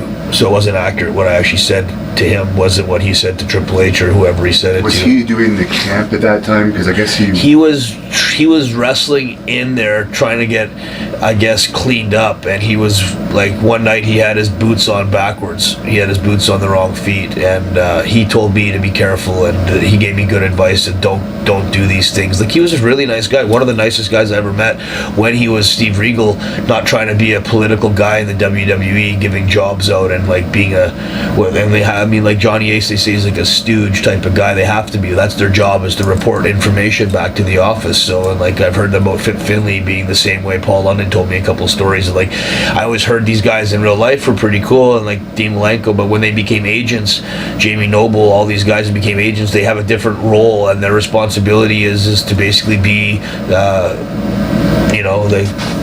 let's not say tattletales, but their job's to talk about and report back to the office whatever they see, right? And like, same thing with finishes and like their match structure. And Harry was talking to me about this recently, of how like fucked up these guys in WWE are that let the matches happen. Like, they set up the matches to be the shits. These matches suck all the time. They're always the shits. Like, the match setup's always the same. And I'm like, I always wonder why they have this certain level of wrestling, and then why they don't let these guys go out there and steal the show. Or like, why doesn't El Generico as Sami Zayn get to do the brainbuster on the turnbuckle? Or why doesn't Neville get to do the reverse 450? Or why doesn't this guy get to do? But I understand they're also trying to protect the product and get longevity out of all these guys, that if you have your cars doing more stunts and tricks and stuff than they should be doing, I guess you're going to have to replace your vehicles a lot sooner, and the engine might wear out, or your brakes might go. So that might be your knees, as like an analogy of your car as your body. Then you may have more problems, and the cars that you value and consider like NASCARs or race cars, you can't have them racing this type of schedule if they're doing all these types of moves. Or so they try to give you basically instead of a silver color, which is really shiny and everyone can see it coming, they give you like a light blue kind of color, and it's still colorful enough to be entertainment, but it's not it's not as much as it could be. But then again, they give you the less is more theory, that less is more in wrestling. So, and Steve Regal at that time, I go back to, was not a fan of the less is more stuff. At that time, he was telling me to do lots of cool shit, and he was coming up with cool reversals and arm moves, and like showing me all this English stuff in wrestling that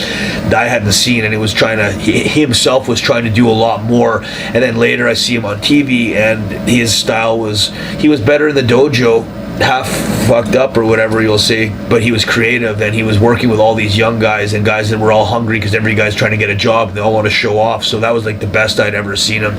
He was really entertaining for how many moves he knew, and that was like where I got a respect for Steve Regal as being one of the great wrestlers, one of the great technical wrestlers of the world. And then I see him on TV years later, and it was more of a generic bland style that I saw. And I used to go back and watch Fit Finlay stuff, and I saw Fit Finlay when he was a kid, and it looked like he was better as a kid, almost like working that old English style, than he was when he was in the WWE or when he was in WCW. And he was still really good then. It's just like when you start to study where they came from, then you can see their history and I guess why they've changed their style over the years. And if it's to get a job or keep a job, then they've got a job I never got, and I guess that makes them better than me at certain things. But I just still think the less is more theory is kind of bullshit, and that you could allow these guys to do a lot cooler stuff, and like that guys that set up the matches in the back are protecting their own legacy, so to speak, so they can almost look back and be like, well, I had better matches than these new guys. It's like, yeah, because you designed your own match then, and now you got an agent who's supposed to be some wrestling guru, and he's not letting you do anything because he's setting up that simple, basic baby blue match, that's fucking just, and there's not really a challenge to that. I remember you telling me quite a long time ago, about 10 years ago, that Steve Williams tested you in that dojo.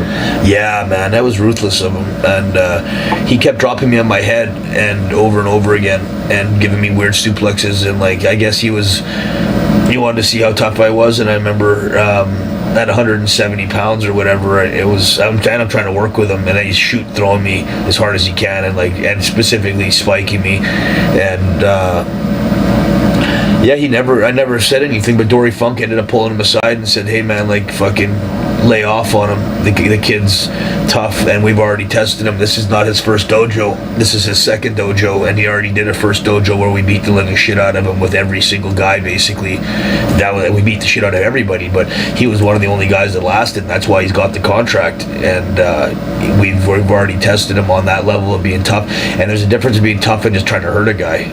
And if you're just trying to hurt a guy that's giving you his body, that's a chicken shit cowardly thing to do. And I think he was a bully. And obviously karma catches people pretty fast, because that was right after he got knocked out in the brawl for all and tore his knee and stuff. And I think he was rusty after that.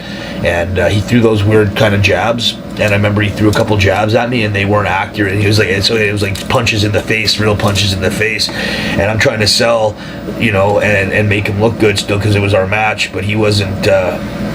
I say Scott Norton and Steve Williams both. I watched them after, Was Scott Norton in that game? No, but they had that style in Japan that was good, but I don't think that style in WWE would have flown, because it was stiff and shoot. Like Vader tried to do it a little bit, and I don't think a lot of guys would put up with that shit in the WWE because they work together on such a, so many shows in a row where if you're hurting guys every single time, you're punching them and you're getting broken noses, or you're chipping a guy's teeth, or you're cutting his mouth up and shit, that shit doesn't fly. That's not art. Wrestling's supposed to be the art of throwing a punch that looks great, hits just hard enough to make sense so you can sell it, but not hard enough that you're going to have to take the day off the next day, because we work the most ridiculous schedule in the world. So Can I go upstairs for 1 second? Yeah. Edge was in that dojo. Christian, I guess Edge would have been the most successful ultimately, or I guess Kurt Angle was also in that dojo. Yeah, too. Edge was already signed. He was there. He wasn't in the dojo. He was in the camp before. So Christian was there and Andrew Martin were there, but Edge wasn't there. Kurt Angle was there the second dojo I was there. I had Kurt Angle's first 2 matches with him. And another guy that I thought was, I don't know, not as was really nice to me when I was in the dojo, and I saw him years later, and he was okay, but he seemed like he had other things on his mind, and he didn't want to do the go back in time talk and remember what I was trying to talk to him about, the dojo and stuff and little things. And I guess for him it wasn't a big deal, but for me it was, because that was all I had. So, but he was a workhorse. I talked about his training regiment. He got up every morning at like fucking 5 and did the stairs and ate oatmeal and the protein powder and the 6 to 10 meals a day or whatever, and kind of laughed at me for not taking that part of it seriously. But in the ring, I still think move for move and match for match that I've watched, I thought I was a better athlete than Kurt Angle was, and a better wrestler than Kurt Angle ever was too. And Kurt can be on TV now, and obviously he's a guy that's in WWE, so I can't say too much about him, because if I ever want to get a job in the future, you got all these guys that are in there, like they hear, hey, I heard Teddy Hart say talk shit about me in a promo or in about a YouTube video or something. It's like, I never talk shit. What I said was, I still think move for move and pound for pound and match for match with guys that I got to work, and considering the situation and criteria for what I've been through, I still think definitely top 5 wrestlers in the world. I put Will Ospreay, even though I heard Will Ospreay's a pussy recently, that he wouldn't take a match with me, and that's disappointing to hear that Will Ospreay, who's such a successful, talented young guy, and I always put him over, wouldn't take a match with Teddy Hart. And Ricochet is my favorite wrestler in the world. Him and Jack Evans, I think, move for move and bump for bump and risk for risk, have taken the most risks and done the most moves in wrestling history. And Kurt Angle is a guy that I thought Brock Lesnar had more balls doing the shooting star press. I'd never seen Kurt do a shooting star press. Maybe he could, but I think Brian Cage, even at his size, did a shooting star once, or a 450 and a backflip to the floor. And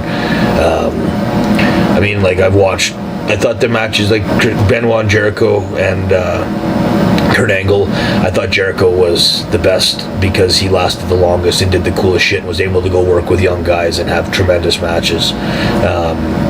And like Kurt Angle was a guy I thought that was fairly bland in there. He did the same kind of stuff all the time, and never really saw him come up with a really new move or invent anything, and got credited for being better than he was because there wasn't a lot of guys testing the limits at that time of like indie wrestling. Now I see so many guys on indie wrestling that are phenomenal, and their shit's solid and their spots are awesome and their combos are great, and then I watch them on TV and I can tell they've got the seatbelt on them. Somebody's taken the independence out of their style, and it has put the same old shit, that cookie cutter kind of mold on them. And Kurt was better in the dojo with me, I think, because I was telling him to do all sorts of cool shit, and like watching a guy like me, you can go out there and then see, like, if he'd done more shoot stuff, like as an amateur wrestler, greatest ever, I heard, and as a trainer, hard worker, tough guy, probably one of the baddest motherfuckers to ever come into wrestling. But as a wrestler himself, I thought every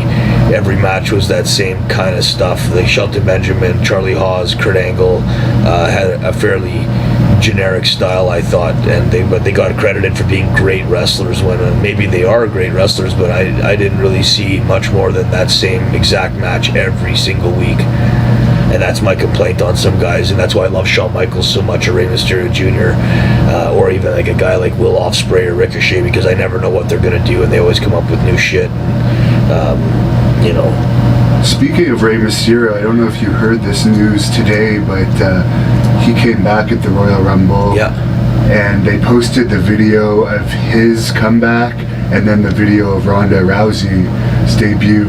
And Ronda Rousey's had something like 1.5 million and Rey Mysterio's had something like 3.5 million, costing far less than Rousey. So I'm just wondering what you think of that. Ray's a stud, one of my favorite human beings that I met outside the ring. That was the same guy outside the ring as he was in the ring. Always super nice, good memory, always took 5 minutes out of his time to make me feel important when he talked to me, and he always gave me credit for being one of the best guys. He always said, you're one of the best guys, you do all sorts of really cool shit, and that you guys watched me obviously and learned from me and modified it to the next level. Tyson Kidd talked to Ray when I was this 10 years ago when Ray was in there and TJ was in at the same time, and said that I got motivated to wrestle and stay in wrestling because Ray was so good at that size that he made it believable and he made it possible for guys that I'm not that big, and TJ and Harry, especially at that age, we were all really small, and Harry's grown up to be a huge monster, and Tyson Kidd looked great when he was in his prime,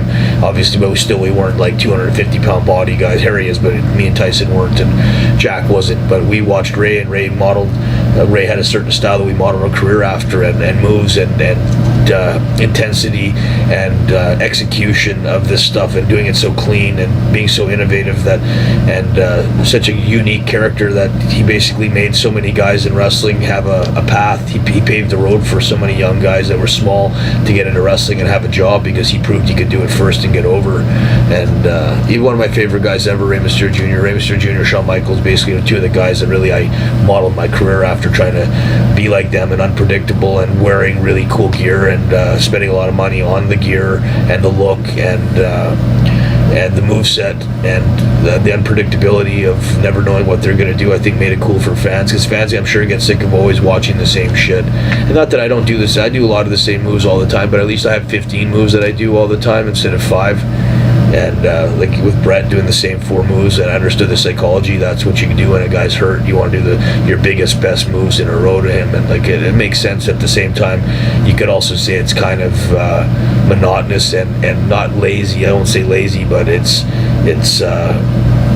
to me as a fan, I like to be kept guessing, and I like to be caught off surprise, or surprise once in a while with what these guys are going to do, and not just always know that Kane's going to do this move, Undertaker's going to walk the ropes, he's never going to do something else beside the double axe handle, or every time he goes for the tombstone, it's the tombstone or Triple H. Whenever a guy bends down for a backdrop, he gives him that little hit, and then it sets up for the pedigree. It's like just when guys mix it up a bit, I think that's creativity, and changing their moveset or changing the setup on stuff makes it more interesting. And again, my job as a wrestlers to be interesting and unpredictable, and I hope that's something, that motto, that's followed in the future. And I think wrestling, because of Lucha Underground, that was another show that really went out there and showed the potential of so many other characters. There's so many other good guys that no one really knew of, but that all of a sudden now are household names, like Pentagon or Phoenix or AR Fox, or there's another guy, Shane Strickland, like fucking phenomenal guys that were like definitely world-class wrestlers that should have been on WWE TV, but since they weren't there, they at least got to go to Lucha Underground. John Morrison's always been a guy that stepped up, and he tried to do more and more cool shit, and not just like that same old shit style where it's the same 5 moves over and over and over again. Guys like Brian Cage, King Ricochet, obviously, like these are guys that they go out of their way to be innovative, and innovatives, it's hard to keep going out there and trying to reinvent wrestling and reinvent wrestling moves, and to keep changing your style and making it relevant, and to keep up with the times, and to keep up with all the competition that's out there from young guys. More and more new moves, and more characters and wrestlers that I watch that are phenomenal, and that's the key for wrestling, and all the young guys watching these videos, to keep going back to the drawing board and keep trying to come up with new ways to set up moves and new moves to do. And obviously there's only so many things you can do with the human body that are possible, but I mean, I still see new moves being done all the time, and I take my hat off to all the innovators of wrestling, and I hope I at least am remembered as one of the most innovative wrestlers in the world. And that's something people could say about me, is I try to be creative and watch figure skating and gymnastics and dancing and anything martial arts, old Bruce Lee movies and Van Damme stuff, and see how if I could come up with new stuff based on what guys are doing in movies or special effects and gymnastics stuff. And like I say, synchronized swimming and figure skating, and if you watch some of the throws they do and the spins they do and stuff, and it provides you a template for what potentially is still possible in wrestling. Now, why were you ultimately released from that first contract? What was this? I was just way too young and stupid. I slept in once, and I complained about some, we'll say, like, kind of weird activity in the back. Maybe there was, like, I thought it was some, like, Victor Quinones was there, and I complained about some like awkward situations with. He was known. Well, he had a reputation. I just wasn't down for the homosexual. Any type of homosexual activity at all. I love women, and I said it in Rolling Stones magazine. I've never got on my knees for a job or for a push. The only thing I've ever got on my knees to do was to.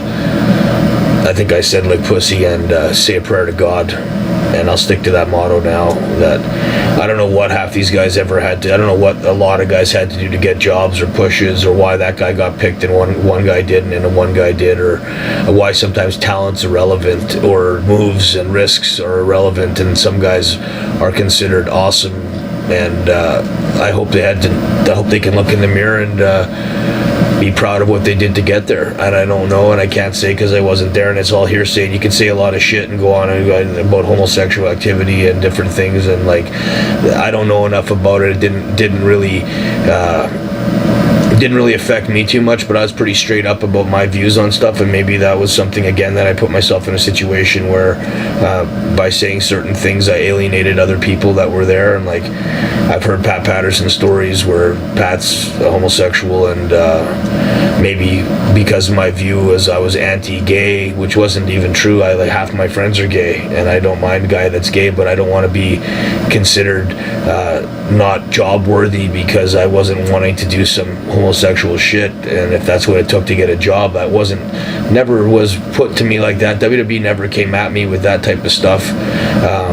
So I don't have any specific story or evidence of that happening, but I've heard stories, and not from me, but from legends and different guys and different sources. But again, half these guys were bitter and talking shit and saying stuff. I mean, I've heard lots of crazy stories about homosexual shit with wrestling, but you're talking about a bunch of men running around in tights wrestling, sweaty men wrestling and doing moves and grabbing each other.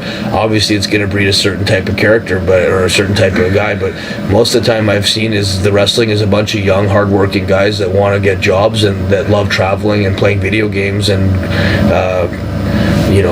that this is better than a 9-to-5 job, and we're lucky to be able to call ourselves professional wrestlers, and we're lucky that the WWE has such an unbelievable factory machine type of thing that they can create shows all over the world, and lights and cameras and special effects and social media to have 5 million, 3 million, 20 million people watching on pay-per-view, and a network that we can go back in time and watch all of our fallen heroes and different promotions and matches and interviews behind the scenes on all these guys' lives, and get to know all these guys besides just being wrestlers, based on the way Vince McMahon has set up the history of wrestling and bought everybody's DVDs and bought everybody's libraries. And I don't know, like, just to me, I think I was let go because I was smoking pot. I was disorganized. I wasn't aware of the opportunity that had been presented. I was scared. It was too much pressure. I wasn't big enough. No excuses. I say the second time I was fired was complete bullshit. That was some player hating shit, and that was based on, I think, Bret writing his book and alienating Triple H even more than he already had, and not wanting to go back and do the handshake. And the Tyson Kid was sitting at home basically in Florida, where he shouldn't have been. He worked harder than I did to get the job, and he was there first, and it was supposed to be him and Harry with Natalia and me and Jack. and if anything, it would have been Natalia managing me, Jack, and Harry and TJ all at the same time as the Hart Foundation, with Chris Benoit and Jericho supposed to be on our team. So it would have been like Benoit, Jericho, Harry, me, TJ, Natty, and Jack Evans. But the Benoit thing happened when I was in WWE during my second time getting hired, and that fucking put the damper on it, definitely. And then Bret wrote his book, and I was released like a week later for some mysterious reason. And Tom Pritchard was one of the guys that talked to me and had some reason after of like why I was let go, and made no sense to me. And then karma caught up to him, and he got fired basically, and then was really bitter about it. And it's like, well, how the fuck do you think I feel? I did everything right. I never failed any piss test. Worst thing I did was, Al Snow is the only one to know this, and I take my hat off to Al Snow for not being a stooge, piece of shit, rat type of guy, or one of those agents that's just trying to play like he's your good friend. If he's your good friend, then you can let a guy slide. But one time I slept in the morning, I didn't set up a ring for OVW or something, and we had a house show we were doing or whatever. And you have to remember, I'd set up rings for 10 years for Can-Am wrestling and Stampede wrestling, and I'd already traveled. I've been wrestling for 10, 11, 12 years by the time I got to WWE the second time. And there was no NXT. There was a fucking meat warehouse with no air conditioning, and a bunch of guys that were untrained basically, that were rookies that they should have had some kind of hadn't paid their dues, and I had to do the same shit they had to do, which bothered me a little bit, that I'd been wrestling all these years and had been taking bumps, and been already getting up and traveling, and I'd paid my dues and running companies and making millions of dollars, and all of a sudden I'm now $500 a week back in Tampa, running shit with Steve Kern, who didn't really give a shit about my past and treated me like some kind of rookie guy that was new, and trying to explain to me how to sell a punch, and like teaching me a basically bland wrestling regiment, and wanted me to do shooting star presses for a high spot at the dojo every day, like 5 days a week, just because that's what you do in the ring. Well, that's what you got to do here. This is like every match you have here. They'd say this was every match you have here. It's like a WrestleMania match. You got to put out your full effort. And I'm like, listen, if I wrestle every day my full effort on these little whatever dojo matches every day, and these are like what's gonna determine if I get a job in the future. It's like taking a fucking eraser and just grinding it out and using it for nothing. And then when you get to the test and you don't have an eraser to erase the answer you put down because you want to change your answer, you can't even change your answer because you've worn out the eraser. And maybe it's not the best analogy I could have come up with, but that's basically something. At the time, the house shows were having like 30 or 40 you're people. You're talking, yeah, nothing. And it was a joke. You had to be up at 7, 8 in the morning every day, 5 days a week. You weren't getting paid any extra money. Plus, you paid your own rent. And there was no NXT, as I say. There was no developmental school. There wasn't even a shower in the building. There was one small bathroom. And FCW, it was terrible. building. Yeah, it wasn't good, and it wasn't organized, and it wasn't a professional operation that WWE had normally had a reputation of running. It wasn't like the dojo with Dory Funk, and it wasn't like Bret Hart's wrestling school where, it was at 1 o'clock in the afternoon. You got to have breakfast and lunch and then show up there and wrestle with Leo Burke, who was an unbelievable trainer. You got Tom Pritchard, who was okay, running a fairly simple program for a bunch of guys that had really no experience at all, and you're wrestling guys that are green and that don't know how to bump, and you're trusting them with your body, and having to set up the ring every day, take down the ring, set up the ring, and take down the ring, set up the ring, and like that, to me, I'm not above doing that. I did it, but I came from that family. Don't forget who I am and why. I don't think Shane McMahon's having to set up a ring, and I don't think Triple H was having to set up too many rings, and I don't think Shawn Michaels had to set up too many rings. I don't think Bret had to set up too many rings. I mean, this is after 10 years of wrestling. It wasn't like I was just some rookie, and I don't mind doing whatever everyone else has to do, but at the same time, it wasn't what I thought for WWE. You're supposed to be at a dojo. It's like, imagine playing Major League Baseball and you're on the farm team, and it's like you're taking a broken down bus to the game, and like your equipment doesn't work, and there's fucking an umpire, and he's fucked up, and he's calling a ball a strike and a foul ball a home run and shit, and it just didn't seem to make sense. Right, because the referees were trainees too. And right after that, everyone gets to go to NXT. Right after I left, all of a sudden they got a new building, they got new rings, there's no more setting setting up the ring. Guys don't have to do None the of it. school now, right? No. Or very few classes. And so, I mean, it's just like, I just was there wrong place, wrong time, it seems, or maybe I was one of the guys that they did that to on purpose just because it makes it that much harder for Teddy Hart to be in. I always think that would be a weird reason for not having me in. I thought I would be one of the most successful guys. If The Rock did what he did and was considered charismatic and a movie star and a great look, and Stone Cold got into movies and he did this, and John Cena got into this, or Ted DiBiase Jr. could even make a movie, let alone a couple, or Randy Orton's doing a movie. Like Teddy Hart had the same potential then, and my potential was never watered. It was always pissed on, I thought, and because of Bret and the stigma of the Harts and my attitude they had of me being crazy because I wore a flashy outfit to a show, or I wore the same outfits on the street as I wore in the ring so people could recognize me. That type of stuff was considered so bad. I was such a loose cannon or risk to work with, when I think all that shit basically was copied later by guys like Morrison or CM Punk, cutting shoot type of promos in the ring, and I'd cut a shoot promo before the match about stuff like, and I thought a lot of things I did were copied later and made into successes because they allowed that guy to do it, but they didn't allow me to do it. And I won't say it's unfair, but I hope in the future maybe there's still that small chance that WWE is going to go, what's the worst thing the guys said about us? There was some homosexual activity in WWE. No, I never said that. What I said was, for me being let go at 18, I voiced my opinion about Victor Quinones being kind of weird, just him specifically, but I said it in a way that maybe made me sound like I hated, I was anti-gay, or I had said something. Gangrel told us in our shoot interview he grabbed him at one point. So there's another source of like, my thing was I complained about Victor Quinones during my dojo when I was there, and that was brought back to WWE, and they thought I had talked inappropriately about that or something, and then I had used GHB when I was there, and it was legal again in the store. I could buy it, and Kurt Angle was also a guy that had bought bottles, and Andrew Martin bought bottles, and Steve Regal had bought bottles. All of us, it was told it was helping us sleep, and it was used to help us sleep. So there's a weight loss. It was yeah, and it was for releasing growth hormone, and it was something, again, if I'm buying it at GNC and it's legal,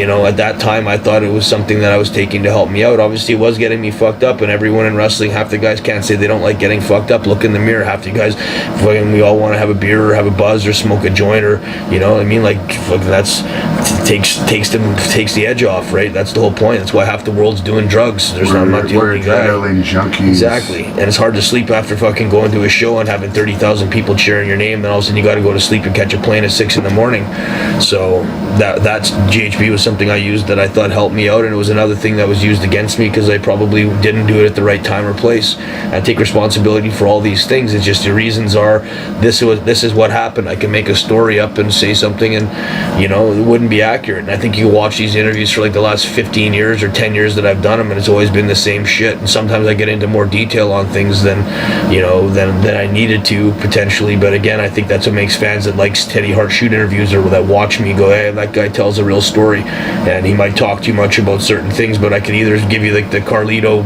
Devin said Carlito, who did a shoot video with him, and he answered everything in 20 minutes. One of my answers might take 20 minutes just to talk about it. I hope that, again, I got a guy named Sean who watches Teddy Hart shoot videos. He says he sometimes puts them on and he goes to sleep because he knows after watching, like he knows it'll be something he could watch for the next 3 hours, so he'll watch to a certain point and he'll fall asleep with the video on, but he watches that video like 9 different days because it takes that long to watch the whole video, but it provides him something to do after work. And I thought that was kind of cool. And like I say, shout out to Sean, because Sean was one of the guys that told me how much fun I am to watch on TV, and he loves my interviews. And I've had a lot of fans tell me that they don't even watch my matches. Most of them, they watch my shoot interviews, and the shoot interviews are what made them like me or understand me or appreciate me, because I tell the truth, and they could tell that I take passion. And I love wrestling, and I love making people happy, and I love signing autographs after shows and sitting out with the fans and having a beer and being one of the boys that's not one of the boys in the back trying to talk to Sami Callihan about getting a job in the future. I'm trying to talk to 20 fans about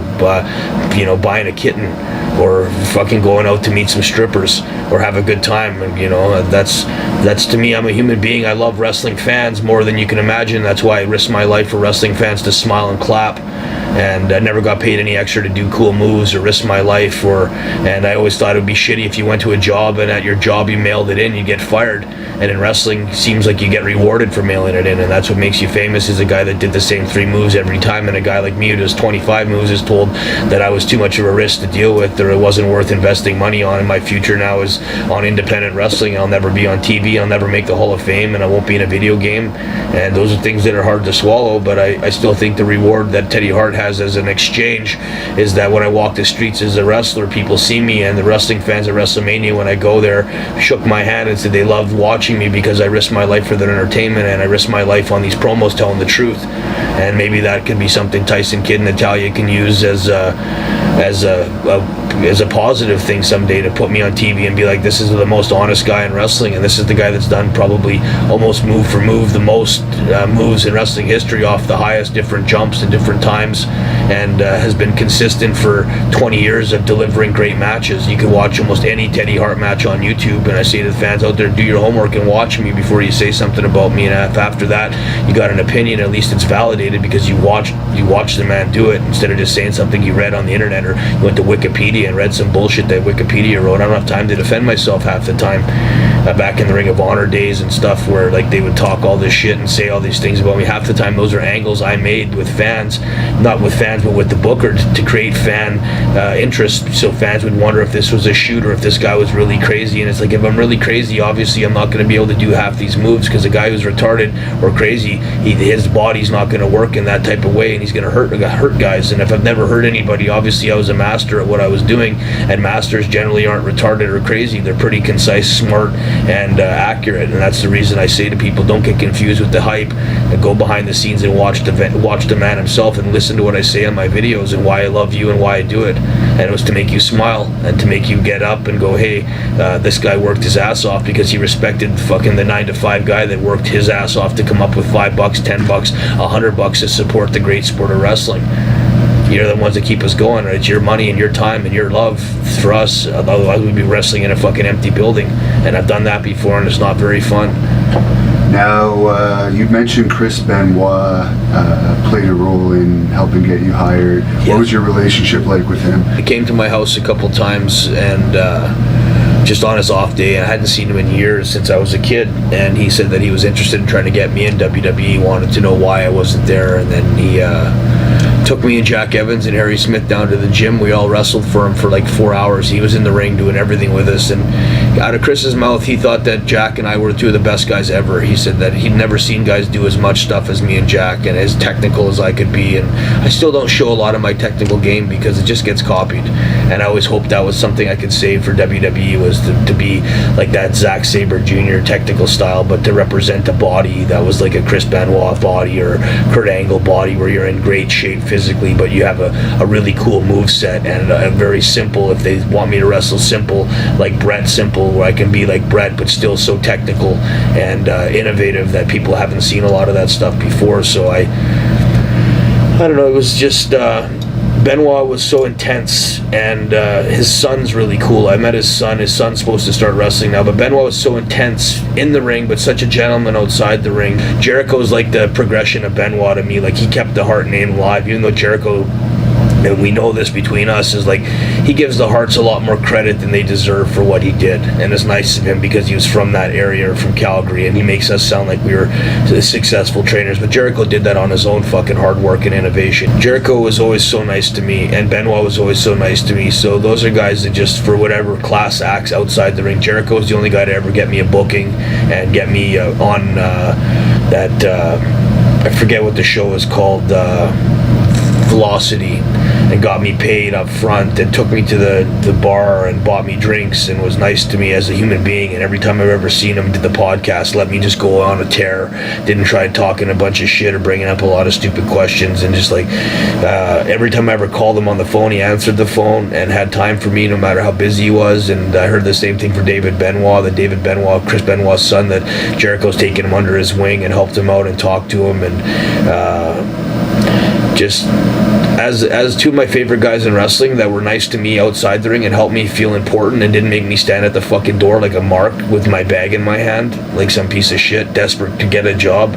Because I've never asked for a job in WWE and I've never sent a video in once, and I always said the same thing. I've been trying to shy away. You haven't seen too many times where I'm hovering in the back trying to get Tyson Kidd to introduce me to Vince, or trying to get free tickets so I can go hang out and meet some of the guys that I used to train with in the back, and hey, can you get me in now? And you get me a job, or go show up at NXT with my bag and maybe try to manipulate some situation where I can get them to look at me. If you don't know who I am or where I'm at and I gotta send you a bunch of videos and beg for a job, it's probably not gonna happen. And I hope that's considered a compliment to you guys, that I've worked so hard and made myself internationally famous and independently renowned as a guy that's unpredictable and having great matches. But unpredictable is not unpredictable. It's the unpredictability of wondering what move I'm going to do next, not that I'm going to show up. So I've been trying to be reliable enough to show up now and be a certain guy that's taken all these bookings after going to jail and going through fucking rehab. Even though I didn't need to be in rehab, I volunteered for it twice just to prove to WWE that I was clean, that I had no problems. You could trust me in your facility. And then to go to jail and to beat the charges back to back to back. 3 times I've been in court fighting for my life for 15 years, 20-year fucking verdicts that I beat, got probation. And, you know, the reason I say what I'm saying now is because I wanted to make Benoit proud that he vouched for me. I wanted to make Jericho proud, or give them something they could chew on to say. So if Benoit was alive, he could have said, hey, this, and this, because he was the guy that told the truth. And same with Jericho in the future. If Jericho can help me get a job, or he could say something, he could say, hey man, I've watched Teddy Hart go through some terrible shit, and the guy's had his up and downs, and obviously nobody's perfect, but I've tried to make amends on it, and I've tried to make amends of showing up on time to shows in the last 2 years and not missing any bookings, and having great matches with strange guys and putting guys over. And that's so guys like Tyson Kidd and Natalia and anyone that ever says my name can say my name with a smile and say that they're proud of me and they trust me, and that Vince or whoever's in the company in the future, Triple H or whoever, or Stephanie McMahon or Shane McMahon, another guy that's always been really cool to me, Shane McMahon, can go, let's take a chance on Teddy Hart like we did AJ Styles. Let's take a chance on Teddy Hart like we did Samoa Joe, or, you know, and Neville's a guy that was so good that they pushed to the moon and didn't want to be there, and now he's not even working, even though he's under contract. I think he's just decided that he didn't want to work anymore because he didn't like the direction that his character was going in. And like, I wish he would have given me Neville's spot and let me have the ball to run with, or let me do some of those moves that he got to do, because I'm sure he knows how hard they are to do every week. There's only a couple of us in the world that can do those moves every week consistently without getting hurt, and he was one of them. And it was sad to see that happen to him.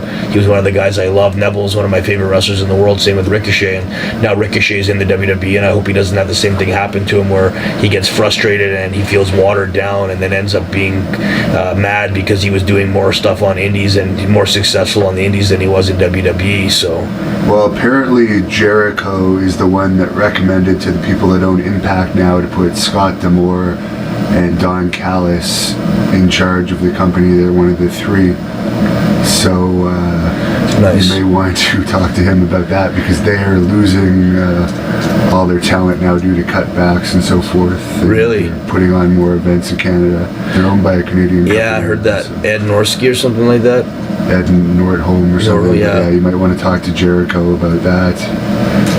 I talked to Ed actually once. He actually invited me to TNA in Florida during the time I was under I was actually running from the law at that time. Nobody knew, so I didn't want to push my luck too much with trying to ask for a job and show up on TV if I ever got that lucky with TNA, and then have the U.S. Marshals show up and take me out of the building, because I would have really fucked it up. So I'm hoping TNA, I would like to work with TNA. I got a show coming up with them. I guess it's not a show, it's like a joint show with Revolution Pro. I don't think you'll have this part on the video before the show because it's supposed to be a surprise, but we obviously, I think this will be released after, so you guys can hear it now. But I'm excited about that opportunity. I would like to be in TNA. I've avoided TNA before. I had an offer from them when Jeff Jarrett was running it, and I was wrestling there with Jack for Team Canada, and Scott D'Amore tried to get me in, and I avoided it. I didn't think it was...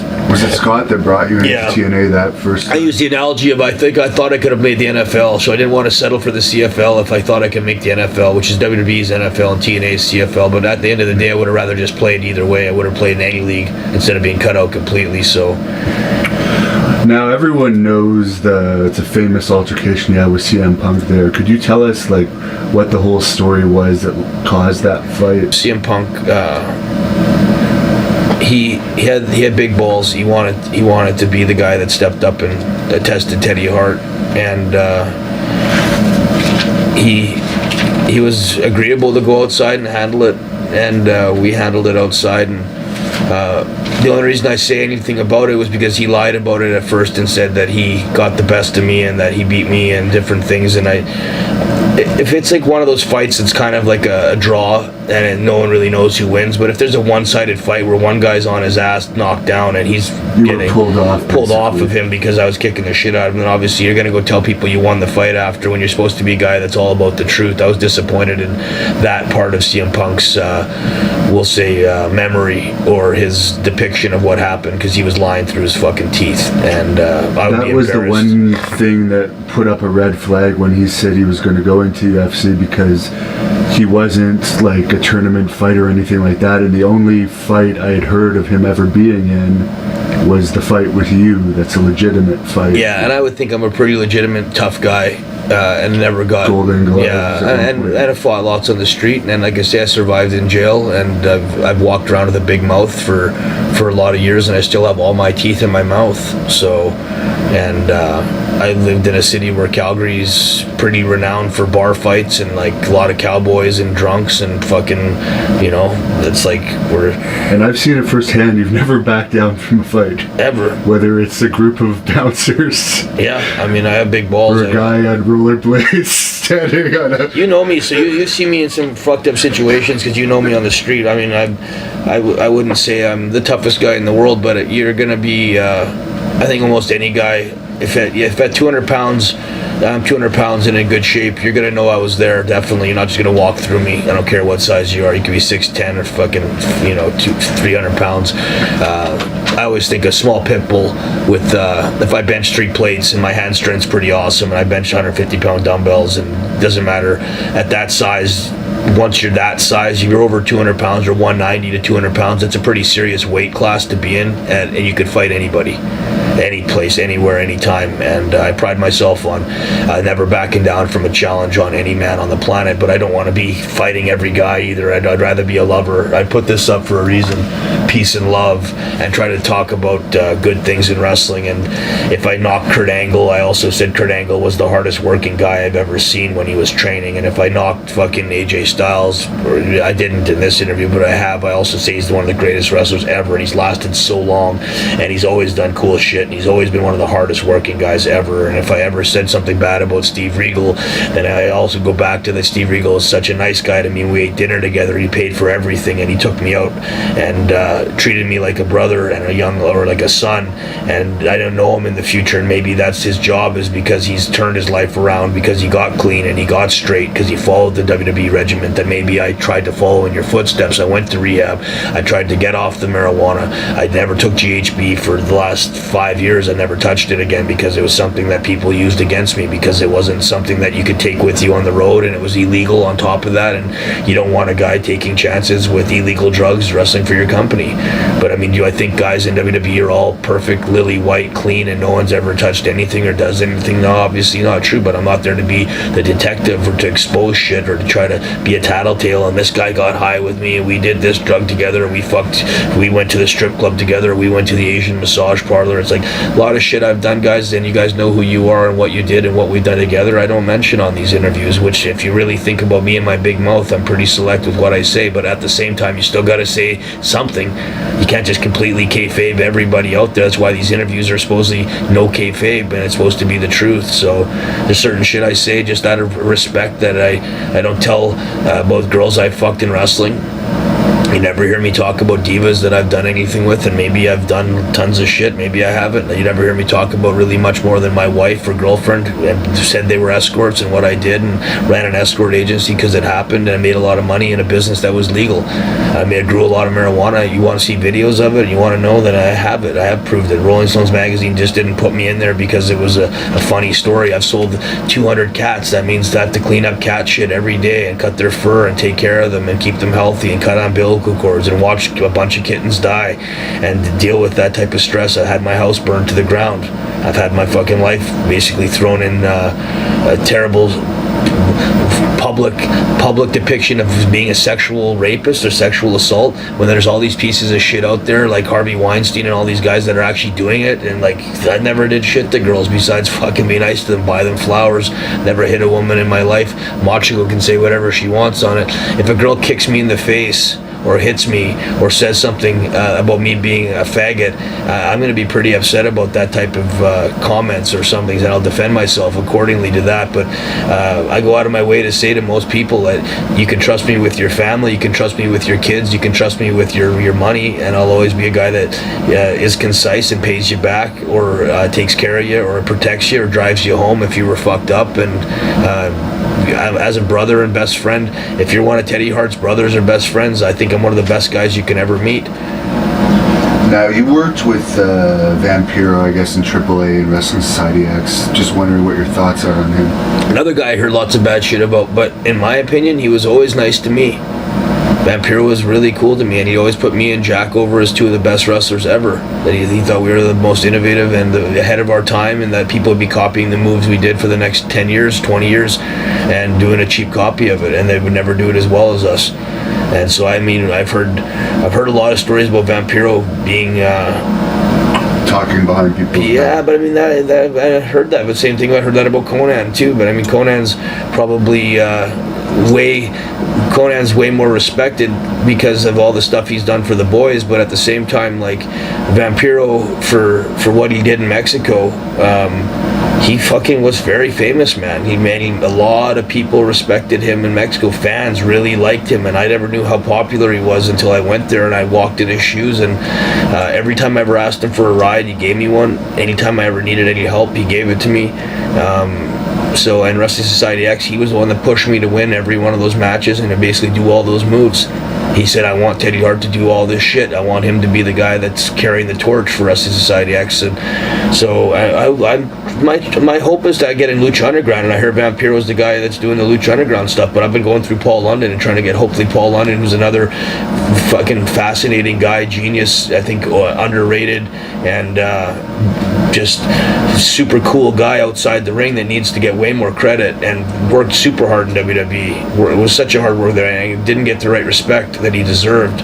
And he's trying to get me in Lucha Underground. I hope with some of his connections and networking that maybe I get a job and I could work for Lucha Underground. It was a dream job. I always wanted to work for them, but with the charges I had the last 3.5 years, I could never get an opportunity to go there without dealing with legal shit, and they didn't want to deal with that type of headache. So you always hear how crazy Mexico is and how dangerous it is. What was your experience? Not dangerous at all. I thought it was maybe dangerous if you're an asshole. If you don't understand how nice Mexican people are and how much they love the business, and you're blowing fans off that want to get a picture or an autograph, then maybe it could be dangerous because you just basically signed your own death warrant. You got some guy who works a fucking 10-hour, 12-hour, 14-hour day for like $10, and he spends $10 on a Polaroid, and you're blowing him off like it didn't mean shit. Or he buys your mask for $100, and that's what he made in the whole week. He didn't make that in a day. He made that in a week of working, and you act like he doesn't mean shit. Then that's a recipe for disaster. For me, it was very very relaxing and fun and educational, and the Mexican wrestling fans, I put them over as the best wrestling fans in the world. Like, Japanese fans I heard are pretty good, but they're not as vocal, and I think Mexican fans make the least amount of money to spend the most amount of money and time. Time's obviously the one thing I always talk about, is the most important thing is your time. And if you spend time watching me or you spend time studying me, I think Mexico is a place that allowed Teddy Hart to become a big superstar, and I think I am a big superstar in Mexico. I probably should go back there and do more stuff there, but trying to do indie wrestling in the States to try to get potentially a job in WWE is I wanted to be in a place where they could hear and see me more. And the stories of Teddy Hart are being carried now that I'm a different person, more mature, smarter, more professional, and someone that can be trusted or relied on by all these different promoters. I got 55 bookings in 2.5 months since I've been out of jail for less than 2 months, and in less than a month and a half I picked up 55 bookings. So I'm pretty proud that there's that many promotions and that many guys that believe Teddy Hart could be a guy that's worth bringing in and will make the promotion better. And fans that everywhere I go, the fans that see me seem to be grateful and very smart, and they've watched a lot of these shoot videos. So I'm always like, I'm proud that these videos get out there and that people have time to watch them. And thank you for making me famous again, guys, because it's your time and energy and love and appreciation, and then you're telling other people about me that makes me a legend and lets me live forever.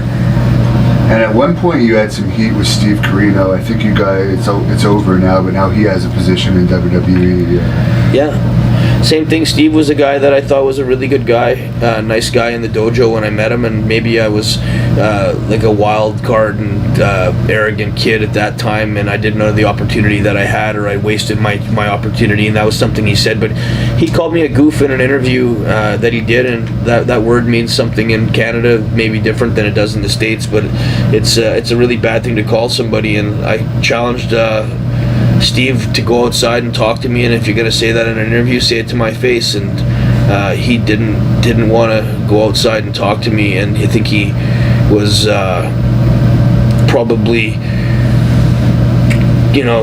just talking like that at the time because he didn't realize what it meant, and he wasn't trying to say that I was. I mean, like it's like wording. I was in a clubhouse when it was said, and there was a bunch of bikers, and the word goof means like child molester, fucking pedophile type faggot. Like it's a bad. Where I think he meant I was a goofy kid, more of like that I was silly and stupid. I didn't know what I was doing, and that. So when I talked to him in person, I think his understanding of what that meant and my understanding of what that meant were two different things. So I kind of let him off the hook, and I hoped that he was going to be a guy that down the road we worked together, we did a show together, and I put him over in a match. We did a fucking screwy finish and made it look like it was a shoot, and we never hurt each other. He was professional with me, I was professional with him, and then he might not like me outside the ring, but once we get in the ring, we got a job to do, and that's take care of each other, and that's the number one rule. And he followed that rule, so my respect for Steve Corino was high. And I guess his son's a big fan of mine. I heard his son's a big fan of mine. I heard his son's a pretty cool kid, and I know guys that are training with him, so I hope Steve takes care of his son and gets his son into a position to carry on the last name, the Corino last name, and that Steve in the WWE is fair, and he's helpful and does his job and gets guys experience. He's got a lot of experience and a lot of good ideas, and I think as a wrestler he was pretty good for what he was. I think he was better than I gave him credit for before, so I'll take my hat off to Steve Corino now and say, like, I've heard a lot more things from Steve Corino that were positive, and whenever I met him in the future, he was always nice to me. He took lots of time out to talk to me and never superstarred me. Same with CM Punk. The few times I saw CM Punk on the street, he never superstarred me. He was nice to me and talked to me and took me out and got me in the back, and like, so my hat's off to them. Even though I was mad at them at the time, in the future when I saw them again, they were always really cool. Like Batista was super nice to me, always really cool, always never superstarred me. Jericho never superstarred me. Like where some guy like Keith Lee, I see him and like I talked to him and he seemed to have like some kind of attitude, like he was almost too busy to talk to me, or he didn't want to say hi, or he was walking around with a title, like a title from Gabe Sapolsky's show of like, I forget what promotion it was. Maybe it was, what's the Evolve? Is that what it's called? Evolve title around his waist, walking around like his shit didn't stink. And I was like, man, I said, if some of the guys I met in wrestling, Kevin Nash and Batista and Hogan and like fucking Jericho, or all have 5 minutes to talk and they're all really cool, like Shawn Michaels, but Keith Lee, a guy that's like a kind of a big deal for indie wrestling last year, his name kind of popped on the scenes, is looking like he's too busy to talk to me. I said, respect your fucking elders and your vets, man. I've been around a long time. And Steve Corino was a guy that was always, I guess, whenever I needed to talk to him, was there, and he always was nice to me, so I can't really say anything bad about him now. Did you ever work Kevin Owens on the indie scene? Yeah, I worked Kevin Owens and Jersey All Pro. Are you surprised with his look, the push he ultimately got? Yeah, I was pretty surprised. I thought, same with him and Samoa Joe, I just thought both those guys could have probably gone to the gym a bit more, and maybe it would have enhanced their character. But I mean, if that's what it is, and that's the character that's supposed to be the kind of the guy that's a little thicker or fat guy that's gonna be, I guess, sympathized with or respected by all the other fat guys that are out there, then I guess that's totally understandable that you need a character like that. But I mean, Yokozuna was Yokozuna, and he was a sumo wrestler. These guys aren't 400, 500 pound sumo wrestlers. They're supposed to be athletes, and I don't think you could walk into MMA, and I don't see too many guys in UFC that are fat or out of shape that look like and are getting pushed like they're killers. Maybe back in the day, but like Bono from Pride. Yeah, like maybe, I mean, like, I understand, like, I just thought, if I was that guy in that opportunity, what would a Kevin Owens be that was in the gym every day, that lost 30 pounds and got jacked a little bit and got a really good look? Would he be even more valuable? Maybe. And that's all I'm trying to say is I just want to see a character enhanced. So like, I would have loved to see Samoa Joe go to the gym more and get in better shape, like Brock Lesnar. If he just showed up kind of fat and out of shape out of nowhere, I don't think his look would be as respected. Or Ron Strowman all of a sudden just comes out with a big gut and he's like he's fat all of a sudden. I was like, I don't think that would be cool. Like, or if, like, you know what I mean? Like, that's all I'm trying to say. If Cena came out of nowhere and all of a sudden Cena was like beer belly and he's got a beard and like he doesn't seem to care about his looks. Like a Wendy's. Yeah, like, and it's like that was my knock on Christian and CM Punk and Edge, was they all kind of didn't go to the gym much after, it looked like, and like stopped training hard. Where I saw Jericho jacked for years, Benoit was jacked for years. Maybe at the end of their career, 45, 46, 47, fine. Jericho comes in, he's not completely jacked, but the match he had with Kenny Omega was better than any match he had in the last basically 10 years, I think. So I mean, he maybe sacrificed a little time in the gym, but at the same time, he's doing music, he's doing fucking podcasts, he's traveling, he's pushing guys, he's helping out with all these different projects, and then goes in and delivers a performance that's just unbelievable. But I'm just saying, could I, if the knock was what's his look, the look to me was different, and I don't know if it could be enhanced, and that was my complaint, was I just wish some of these guys maybe could enhance their look just to try a different style. And maybe if it's not successful and you don't feel healthier, then obviously maybe, and I'm talking shit, but I think that most guys that are a little overweight, if they got in better shape, they'd be more entertaining to watch. That's just personal opinion. Like a car with a flat tire might run better. Just as a representative of the industry that we're all in. Exactly. We're trying to stick up for it. When we tell people that we're professional wrestlers, it'd be nice if we had, he's not the champion anymore, maybe that has something to do with it, but someone that looks like an athlete. And one of the funniest things I ever heard, not funny but strange, I heard him on Steve Austin's podcast saying what he does on the road is, when he's not wrestling, he tries to sleep as much as possible to make the time go by faster, because he doesn't necessarily like being on the road. But it's like, you can't spend an hour in the gym lifting some weights or something. Yeah, that's funny. I never heard. I tried. I need to watch more podcasts and do some more homework on some stuff, because I guess that's part of being a wrestler now for me, is to do that part of the business. But I just getting fresh out of jail and like just getting back on my feet and getting into the swing of things.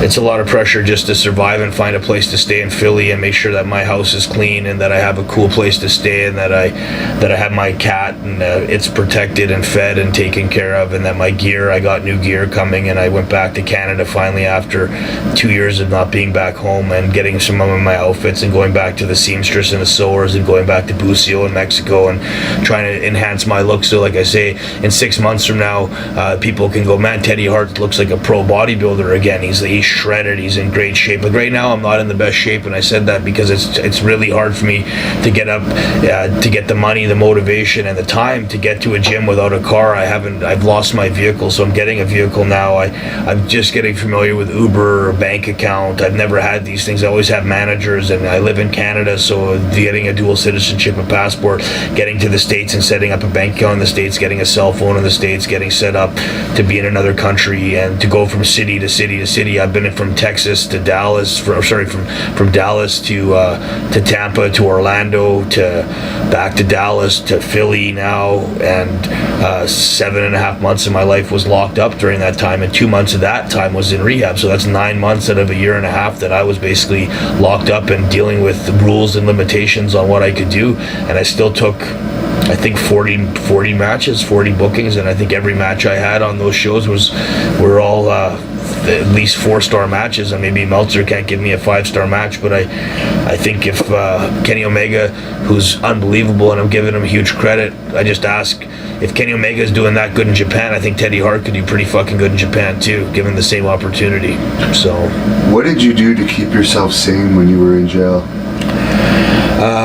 Man, I read books for the first time in my life. I'm not a very good reader. I used to make jokes that I was illiterate, and obviously I'm not quite illiterate, but I was not the best reader, but my reading skills got a lot better in jail. I read like 7 or 8 books to pass time, and I used to try to talk to guys about their life story and what happened to them, and listen, and just be nice to everybody in jail. I think I was a very friendly guy in jail, and a lot of guys that know me, like, I bet Teddy Hart was successful in jail, and he was a good guy, good listener, and nice guy, and always generous. I always had money in my canteen, so I always made everybody eat together, and we do spreads, and we make a lot of different meals. Like, you always hear about the jail food is the shits, but the commissary in jail is pretty cool. It's not the healthiest, but like, we made all sorts of stuff. Like, we made cake, and they would like take all the Oreo cookies. You get Oreo cookies, or like different cookies when you order a canteen, and you take the cookies and you take all the icing out of them, and you put the icing in one bowl, and then you take the cookie, the crumbs, and then you get that wet, you grind it all up, you make that into a dough, and you make like 1 layer of cookie dough basically, and that's the cake. And then on top of that, you take like Werther's Originals, and you crack them up, and you take like ice cream you can get from commissary from Premium, and you add the ice cream, you take Reese's Pieces, and you melt them down in the hot water, and you melt them, and you make that another layer, and like different things like the gummy bears and like sour worms, and like you add all that to a cake, and all of a sudden these guys are selling slices of the cake, and that's the way they make their money. And then I would always chip in on the cakes. My mom was a chef, so I always liked to see how the innovation in jail, how these guys made shit work. Like, same thing with like pizza. It would be like soup, and then they take the broth out, and it's Itchy Van soup, the ramen soup. And then they add like the nacho cheese to that, or Doritos to that, or they add tuna fish or salmon or whatever, and that type of shit was always, it amazed me how good the snacks were in jail. That's what kept me going a lot of times, was to watch these different races. Like the black guys have their meal, the Spanish guys have theirs, the white guys have theirs, but yet with me in there, we all ate together, and I had to make everyone spread together and pray together. And I always thought I was making people understand that I'm supposed to be a tough guy wrestler who's walking around in there and famous, and the guards knew me, and instead of having an attitude like a superstar, I was the guy that was making sure everybody else was a superstar, because I wanted these guys to feel important. And he made people that are in a dark, dirty, filthy fucking shithole jail feel important. And you'd be surprised, their prayer, I always asked them to give me a prayer and a blessing. And for whatever reasons, I beat this last charge. I was facing 10 years in jail, and I asked all the guys to pray for me. And before I left, there was about 20 guys in the cell, all my cells, both sides, back and forth, all saying a prayer before I left, that I got out. They didn't think I deserved to be in there. They thought I was such a nice guy that I needed to get back onto my accomplishing my goal as a wrestler and live my dream and get back to Mexico, or maybe get to Japan, or my big goal, obviously, dream. And I don't look at it as a reality really anymore. It would be like a final run in WWE. I hope that would happen. I say this now, and I hope the guys aren't going, fuck, we know what he wants, so fuck him, we'll keep him out. More like, feel sympathy for me a little bit of that. I've wasted 18 years of my career trying to chase that dream, and it's never happened to me. I'd like to get a doll made. I'd like to be in the Hall of Fame. I'd like the pay-per-view where I'm, in that pay-per-view, or wrestling the top guy. And if it doesn't happen, you know what? I found other ways of making my career relevant and happy, and looking in the mirror and still finding, as Shawn Michaels said, finding my smile. I think I still find a way to smile and go to the gym at night. And if I'm working out at 3 in the morning, half the time it's like me getting a ride from some strange guy at a bar, or some guy I met at the gym, or right before they go to work, they'll drop me off at the gym. Then I got to meet a guy at the gym to get a ride back. So, I mean, it's like I'm still finding innovative ways to survive in Philadelphia, in a city where I don't really know anybody, and to come up with a really nice house that I live in, and have awesome roommates, and be able to have a hot tub and a full bar, and have my little cat here. This is $1,000 I got this cat. I paid my ex for him, so my ex and I have a separation, and we aren't really friends anymore, but they know they love me enough, I guess, or know I love my animals enough to trust me with the cat. So I have little money, which is another cat I have, and I have Mo Money. This is more money right here, this guy.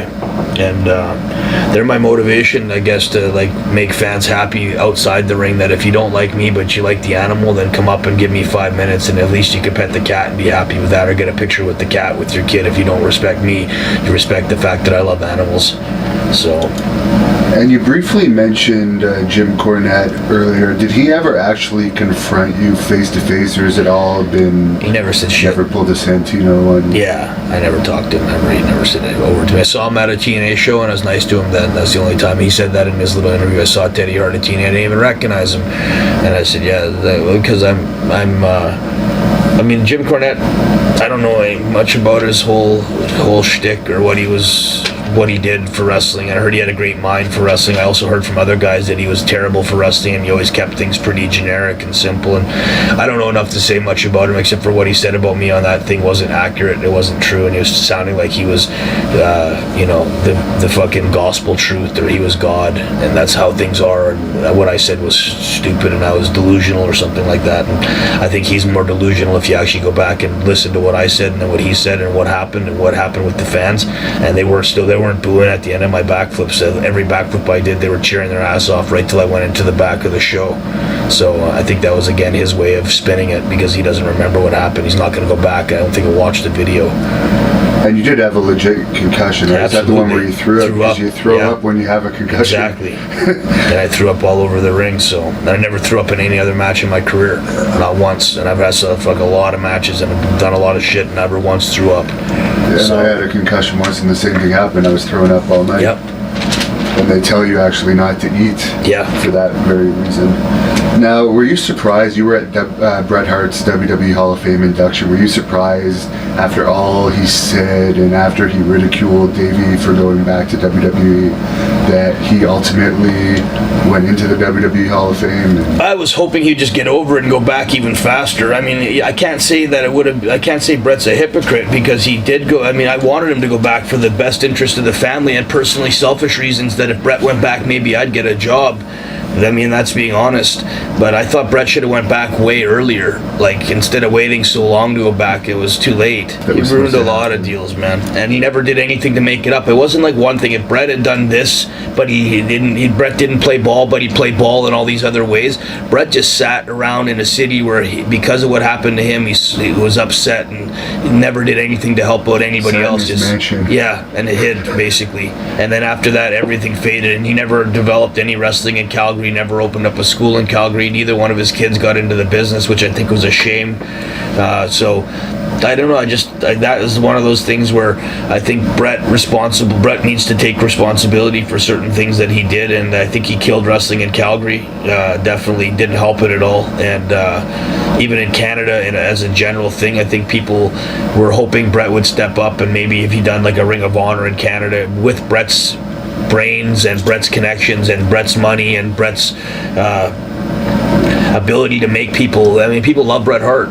I never say they don't, but if you know that and you're that big of a superstar, please pass the torch on, and please help other guys, and please help wrestling itself, because you were a guy that loved wrestling and talked about wrestling and sounded like you cared about the direction wrestling was going in. That's what your whole complaint was with Sean, that you didn't like the direction wrestling was going in, and you wanted to make it more family orientated and about great matches and moves and not about fucking weird promos and weird characters. And then after you had that happen to you, just kind of dropped off the map. I understand the concussion and I understand the stroke, but I think those things happened because maybe he wasn't doing anything, and the stroke obviously they say came from the concussion. But I saw Bret get kicked a lot and hit in the head a lot. I don't know if that one kick specifically was maybe it was like accumulation of things and the stress of Owen dying and all that stuff that happened, in a weird combination happened, and that's what caused him to have the attitude towards not doing anything with wrestling again, and then to come back so late after, and then being given an opportunity to do stuff with Raw or SmackDown or as a GM or whatever, and then kind of blowing that off, I thought definitely put a sour taste in WWE's mouth again about trying to bring Bret back and hoping he would have been more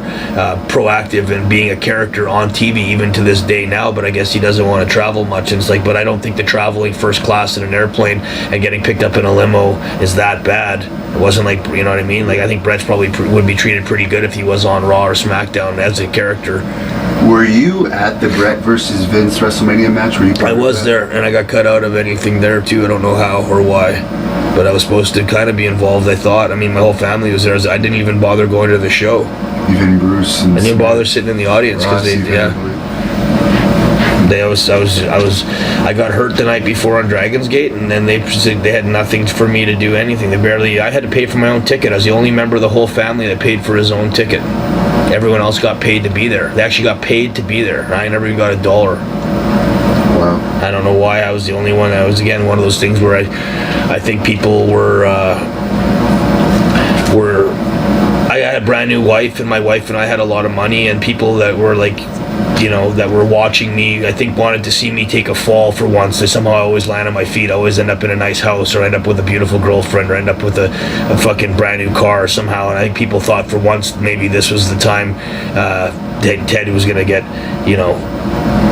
what he deserved type of thing. People wanted to see me fall, and I ended up landing on a very lucky gold mine with my wife and her business and her money. And I mean, that was the 5 years of my life where I didn't see the family a lot. Not one time the family came up to my house to see my mansion, or to see all my cats, or to see all the stuff I'd collected, or to drive in all the different cars I had. And I was disappointed when I went to WWE at that time. The feeling I was like, and I was right, because the reason I'm saying what I'm saying was I was released from WWE before that, so everyone thought Ted's fired the second time, that's it for him, stick a fork in him. I went to Mexico, reinvented myself again there, then from Mexico made a lot of money in Mexico, came back from Mexico, and instead of getting fucked when I went back to Canada, I ended up meeting her, and Faye and I hit it off, and I made a lot of money there with her.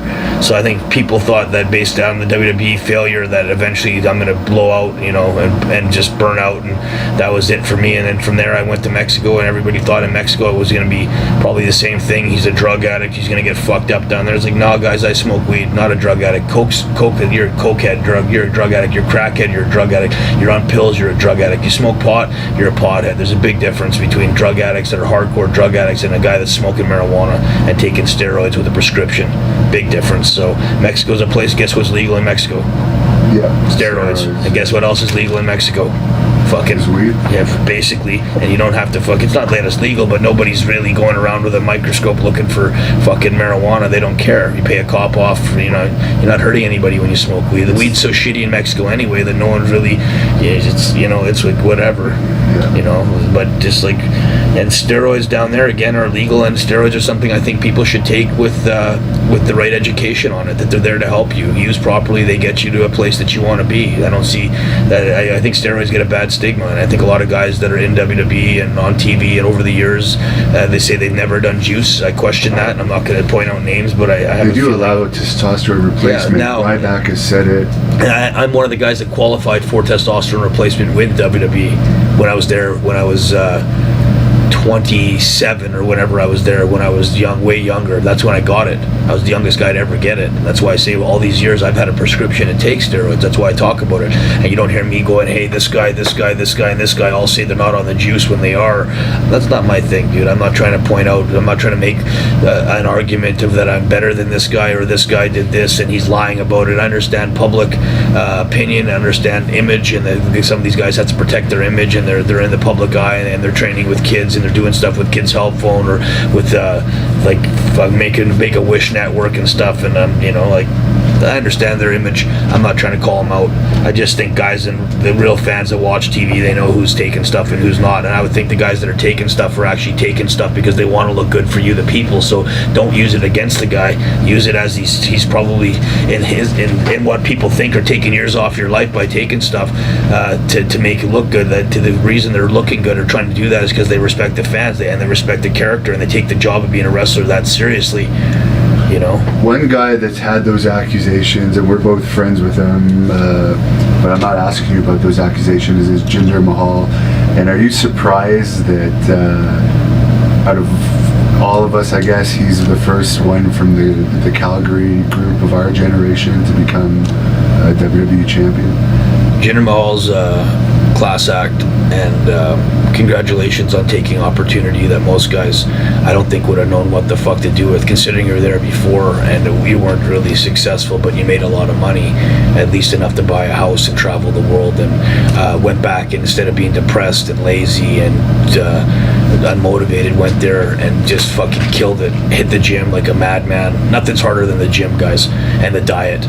Brian Cage will tell you more than anybody, to look that good is a consistent 24-hour-a-day fucking job. I've looked pretty good a couple times, but nothing's harder than bodybuilding and wrestling at the same time.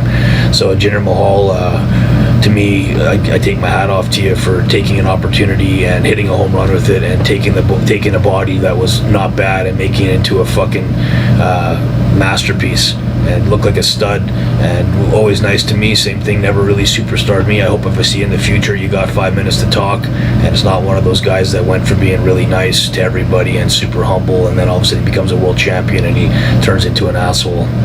You know what I mean? So I hope he's one of those guys that still remembers where he came from, and the guys that were always nice to him. I was always nice to him and respected him as a person, and I thought, again, not trying to sound like a repeat record, but I hope he's one of those guys that continues getting success in the future, because he helps guys from Calgary and helps guys that maybe didn't make it the first time or second time to still think that there's a chance. Like even with me, maybe if I get in really, really good shape, and that's the last part of my figuring out the puzzle, is to be in tremendous shape, not just look pretty good and have a six-pack, but to be in like world-class shape. And I still think I've never shown the world how big Teddy Hart can get, and I'd like this next 2 years for me. I believe I have a 2-year window where Tyson Kidd's an agent and Natalia's in a position of power and respected, and that there's a lot of guys I've helped out in WWE that are there now.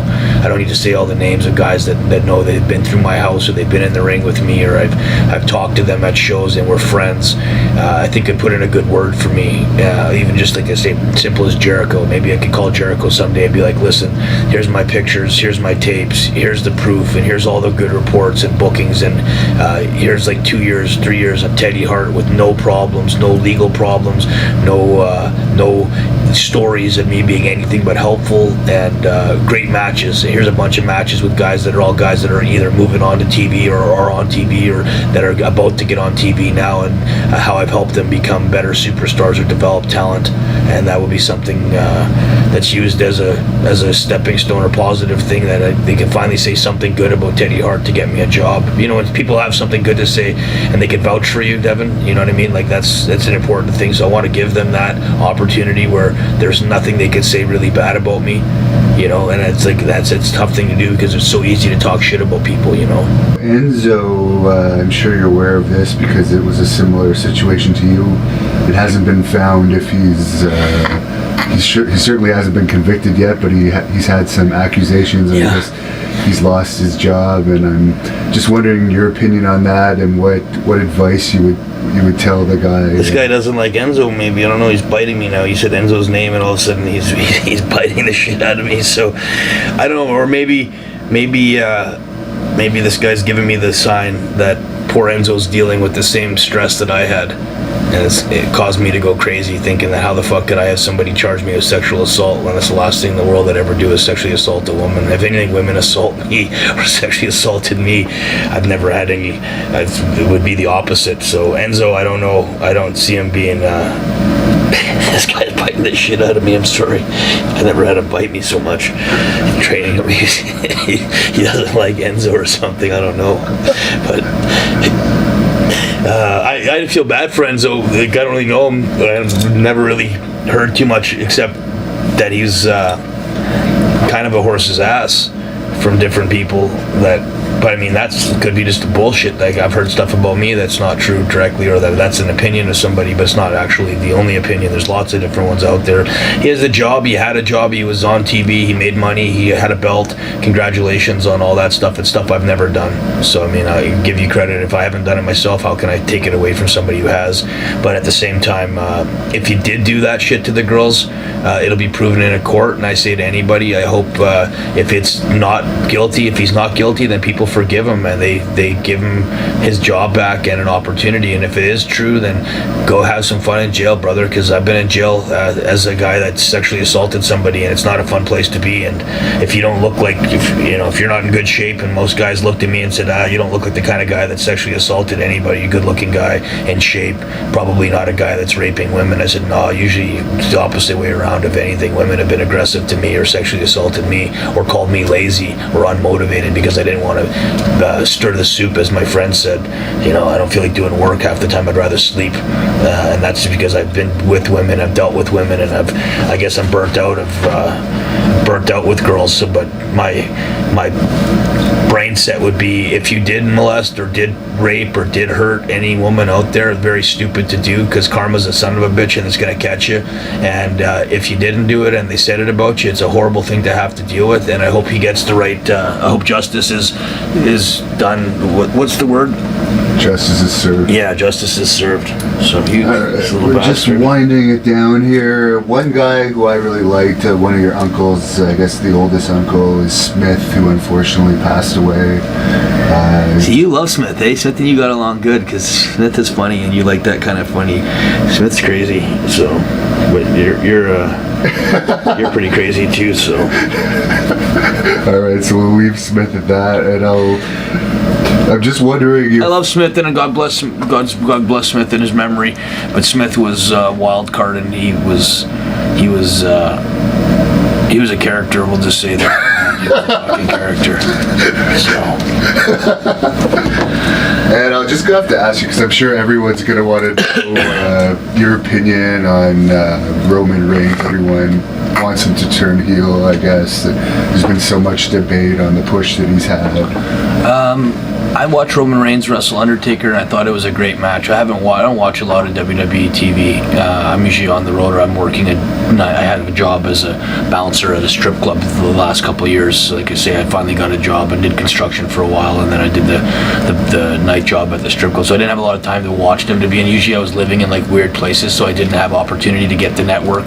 I'm not a computer guy, so from whatever I've seen of Roman Reigns, one of the best looking guys in wrestling history, I think. Great look. Why do you think they cover him up? I heard he had a scar on his stomach because he'd gotten a surgery, but I don't know. I don't know. He's lucky to get away with wearing that outfit, so he doesn't have to. If maybe you don't have to have your abs as good, but his arms always look great. Good-looking, sexy man. No homo either. I'm just saying. But if I'm watching Roman Reigns and I'm a fan, I could show him. Every girl I've ever seen that's watching with me always thinks he's, handsome guy like The Rock. That same every time, he's got that look. So with his look, I think he could do more moves. I wish he did a bit more moves, but for what he does do, he looks pretty solid. And I don't know why the fans are so hard on him. But at the same time, that's the WWE network, and that's their WWE universe, isn't it? The WWE universe, they're weird about shit. So yes. If American Dragon gets that, whatever, his little chant, and he's the most popular guy based on that chant. And I remember Rikishi and fucking whatever his name was, those two guys, Scotty Too Hottie and Brian Christopher or whatever. They had that fucking, what was the other guy? Taylor. Scott Taylor. Yeah, I vaguely remember it. They used to get a huge pop all the time, and I was like, but if they were, I don't know, like the WWE universe is weird about how they decide if guys are good or not. And like Roman Reigns and John Cena, same thing, gets a lot of boos and shit like that too, right? So I don't know. I just thought from whatever I saw, always looked the part of being a wrestler and worked pretty hard and has a tough schedule, and I wish him the best of luck and congratulations on having the pressure of being part of that family and carrying on again as The Rock has done. I think Roman Reigns will continue on and end up being a movie star, and hopefully is a successful movie star too, because he's got a great look, and I don't have anything bad to say about him. I don't know him. And the last question I'll ask you about, I don't know if you've ever met her, but I know you've known a lot of divas over the years, is Paige and the controversy she's dealt with. I never ever met Paige yet. I don't think. Maybe I saw her one time in my life, and I did watch those pornos really quickly because someone sent them to me, and this is one of the few things I thought for her to get a job back was pretty crazy. So it gave me hope that if Paige got her job back and got away with that shit, that Teddy Hart could maybe get a job in there somehow. So I thought Paige was like maybe somehow a blessing in disguise, that if she got away with what she did and their understanding about it and trying to help her, and you know, then fuck, maybe I guess the thing was she never put the video, like she made yeah, the but making those videos is bad enough. I mean, you don't see me getting my porno shit leaked out. I mean, I've been supposedly doing crazy stuff and partying and a swinger and all this stuff for all these years and never ever had anything leaked. You know, I'm not that famous, but I think there would have been an opportunity where it could have got out there, or I could have put it out there on purpose to try to get fame out of it. Then I never did once, so I don't know. That's another one of those ones where it's like, it sounds kind of suspect that it happened, and like the shit you're doing and saying, and like if that's what you're doing with your free time, and you're supposed to be, you know, a superstar and a role model and different things, it didn't seem like your head was in the right place. And I mean, she had a nice ass, and she looked like she sucked pretty good dick. I mean, from a porn star standpoint, so she would have been fun to hang out with maybe. But I'm surprised she got her job back. Good for her. I'm sure it has something to do with The Rock's doing a movie about her, which was already in the works before. I don't even know. I had another one of those no comments. I don't know what's The Rock's movie about. I don't know, but it's like 3 something in the morning, so we'll let you. Is there anything you want to say to close this off? Well, just me and Devin went out last night with WWE Diva, and she seemed really cool. It's the first time I met her, basically outside of watching her on TV, and I'll thank her for having taking us to what was that hot dog place for dynamic dog. This is a lot. You love mustard, right? Randy Myers told me to ask you this. Like, what is this favorite type of mustard that you have? He saw you throw a fit once because your mom didn't have this special mustard. It was this yellow mustard. They had the honey mustard. I didn't want honey mustard on my hot dog. That's Randy Myers is fucking making a story up, but that's not so true. Yeah, no, that's bullshit. We went to some restaurant last night. I forget what it was called. It was a hot dog place in Philly.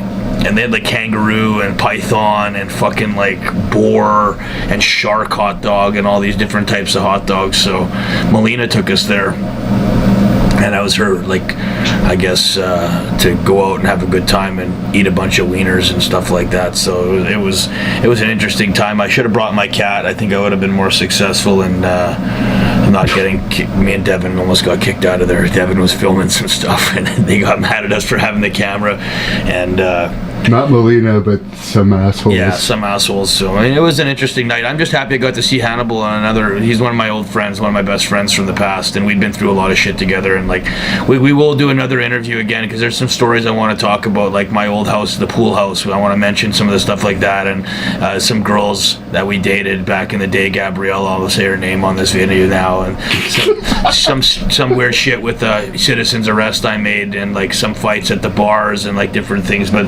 we were supposed to do this interview last night, and then we ended up drinking a bit, and I wasn't drinking, but I was basically chaperoning a bunch of people that were drinking, and Devin was nice enough to take us around and drive us around and take care of the meals.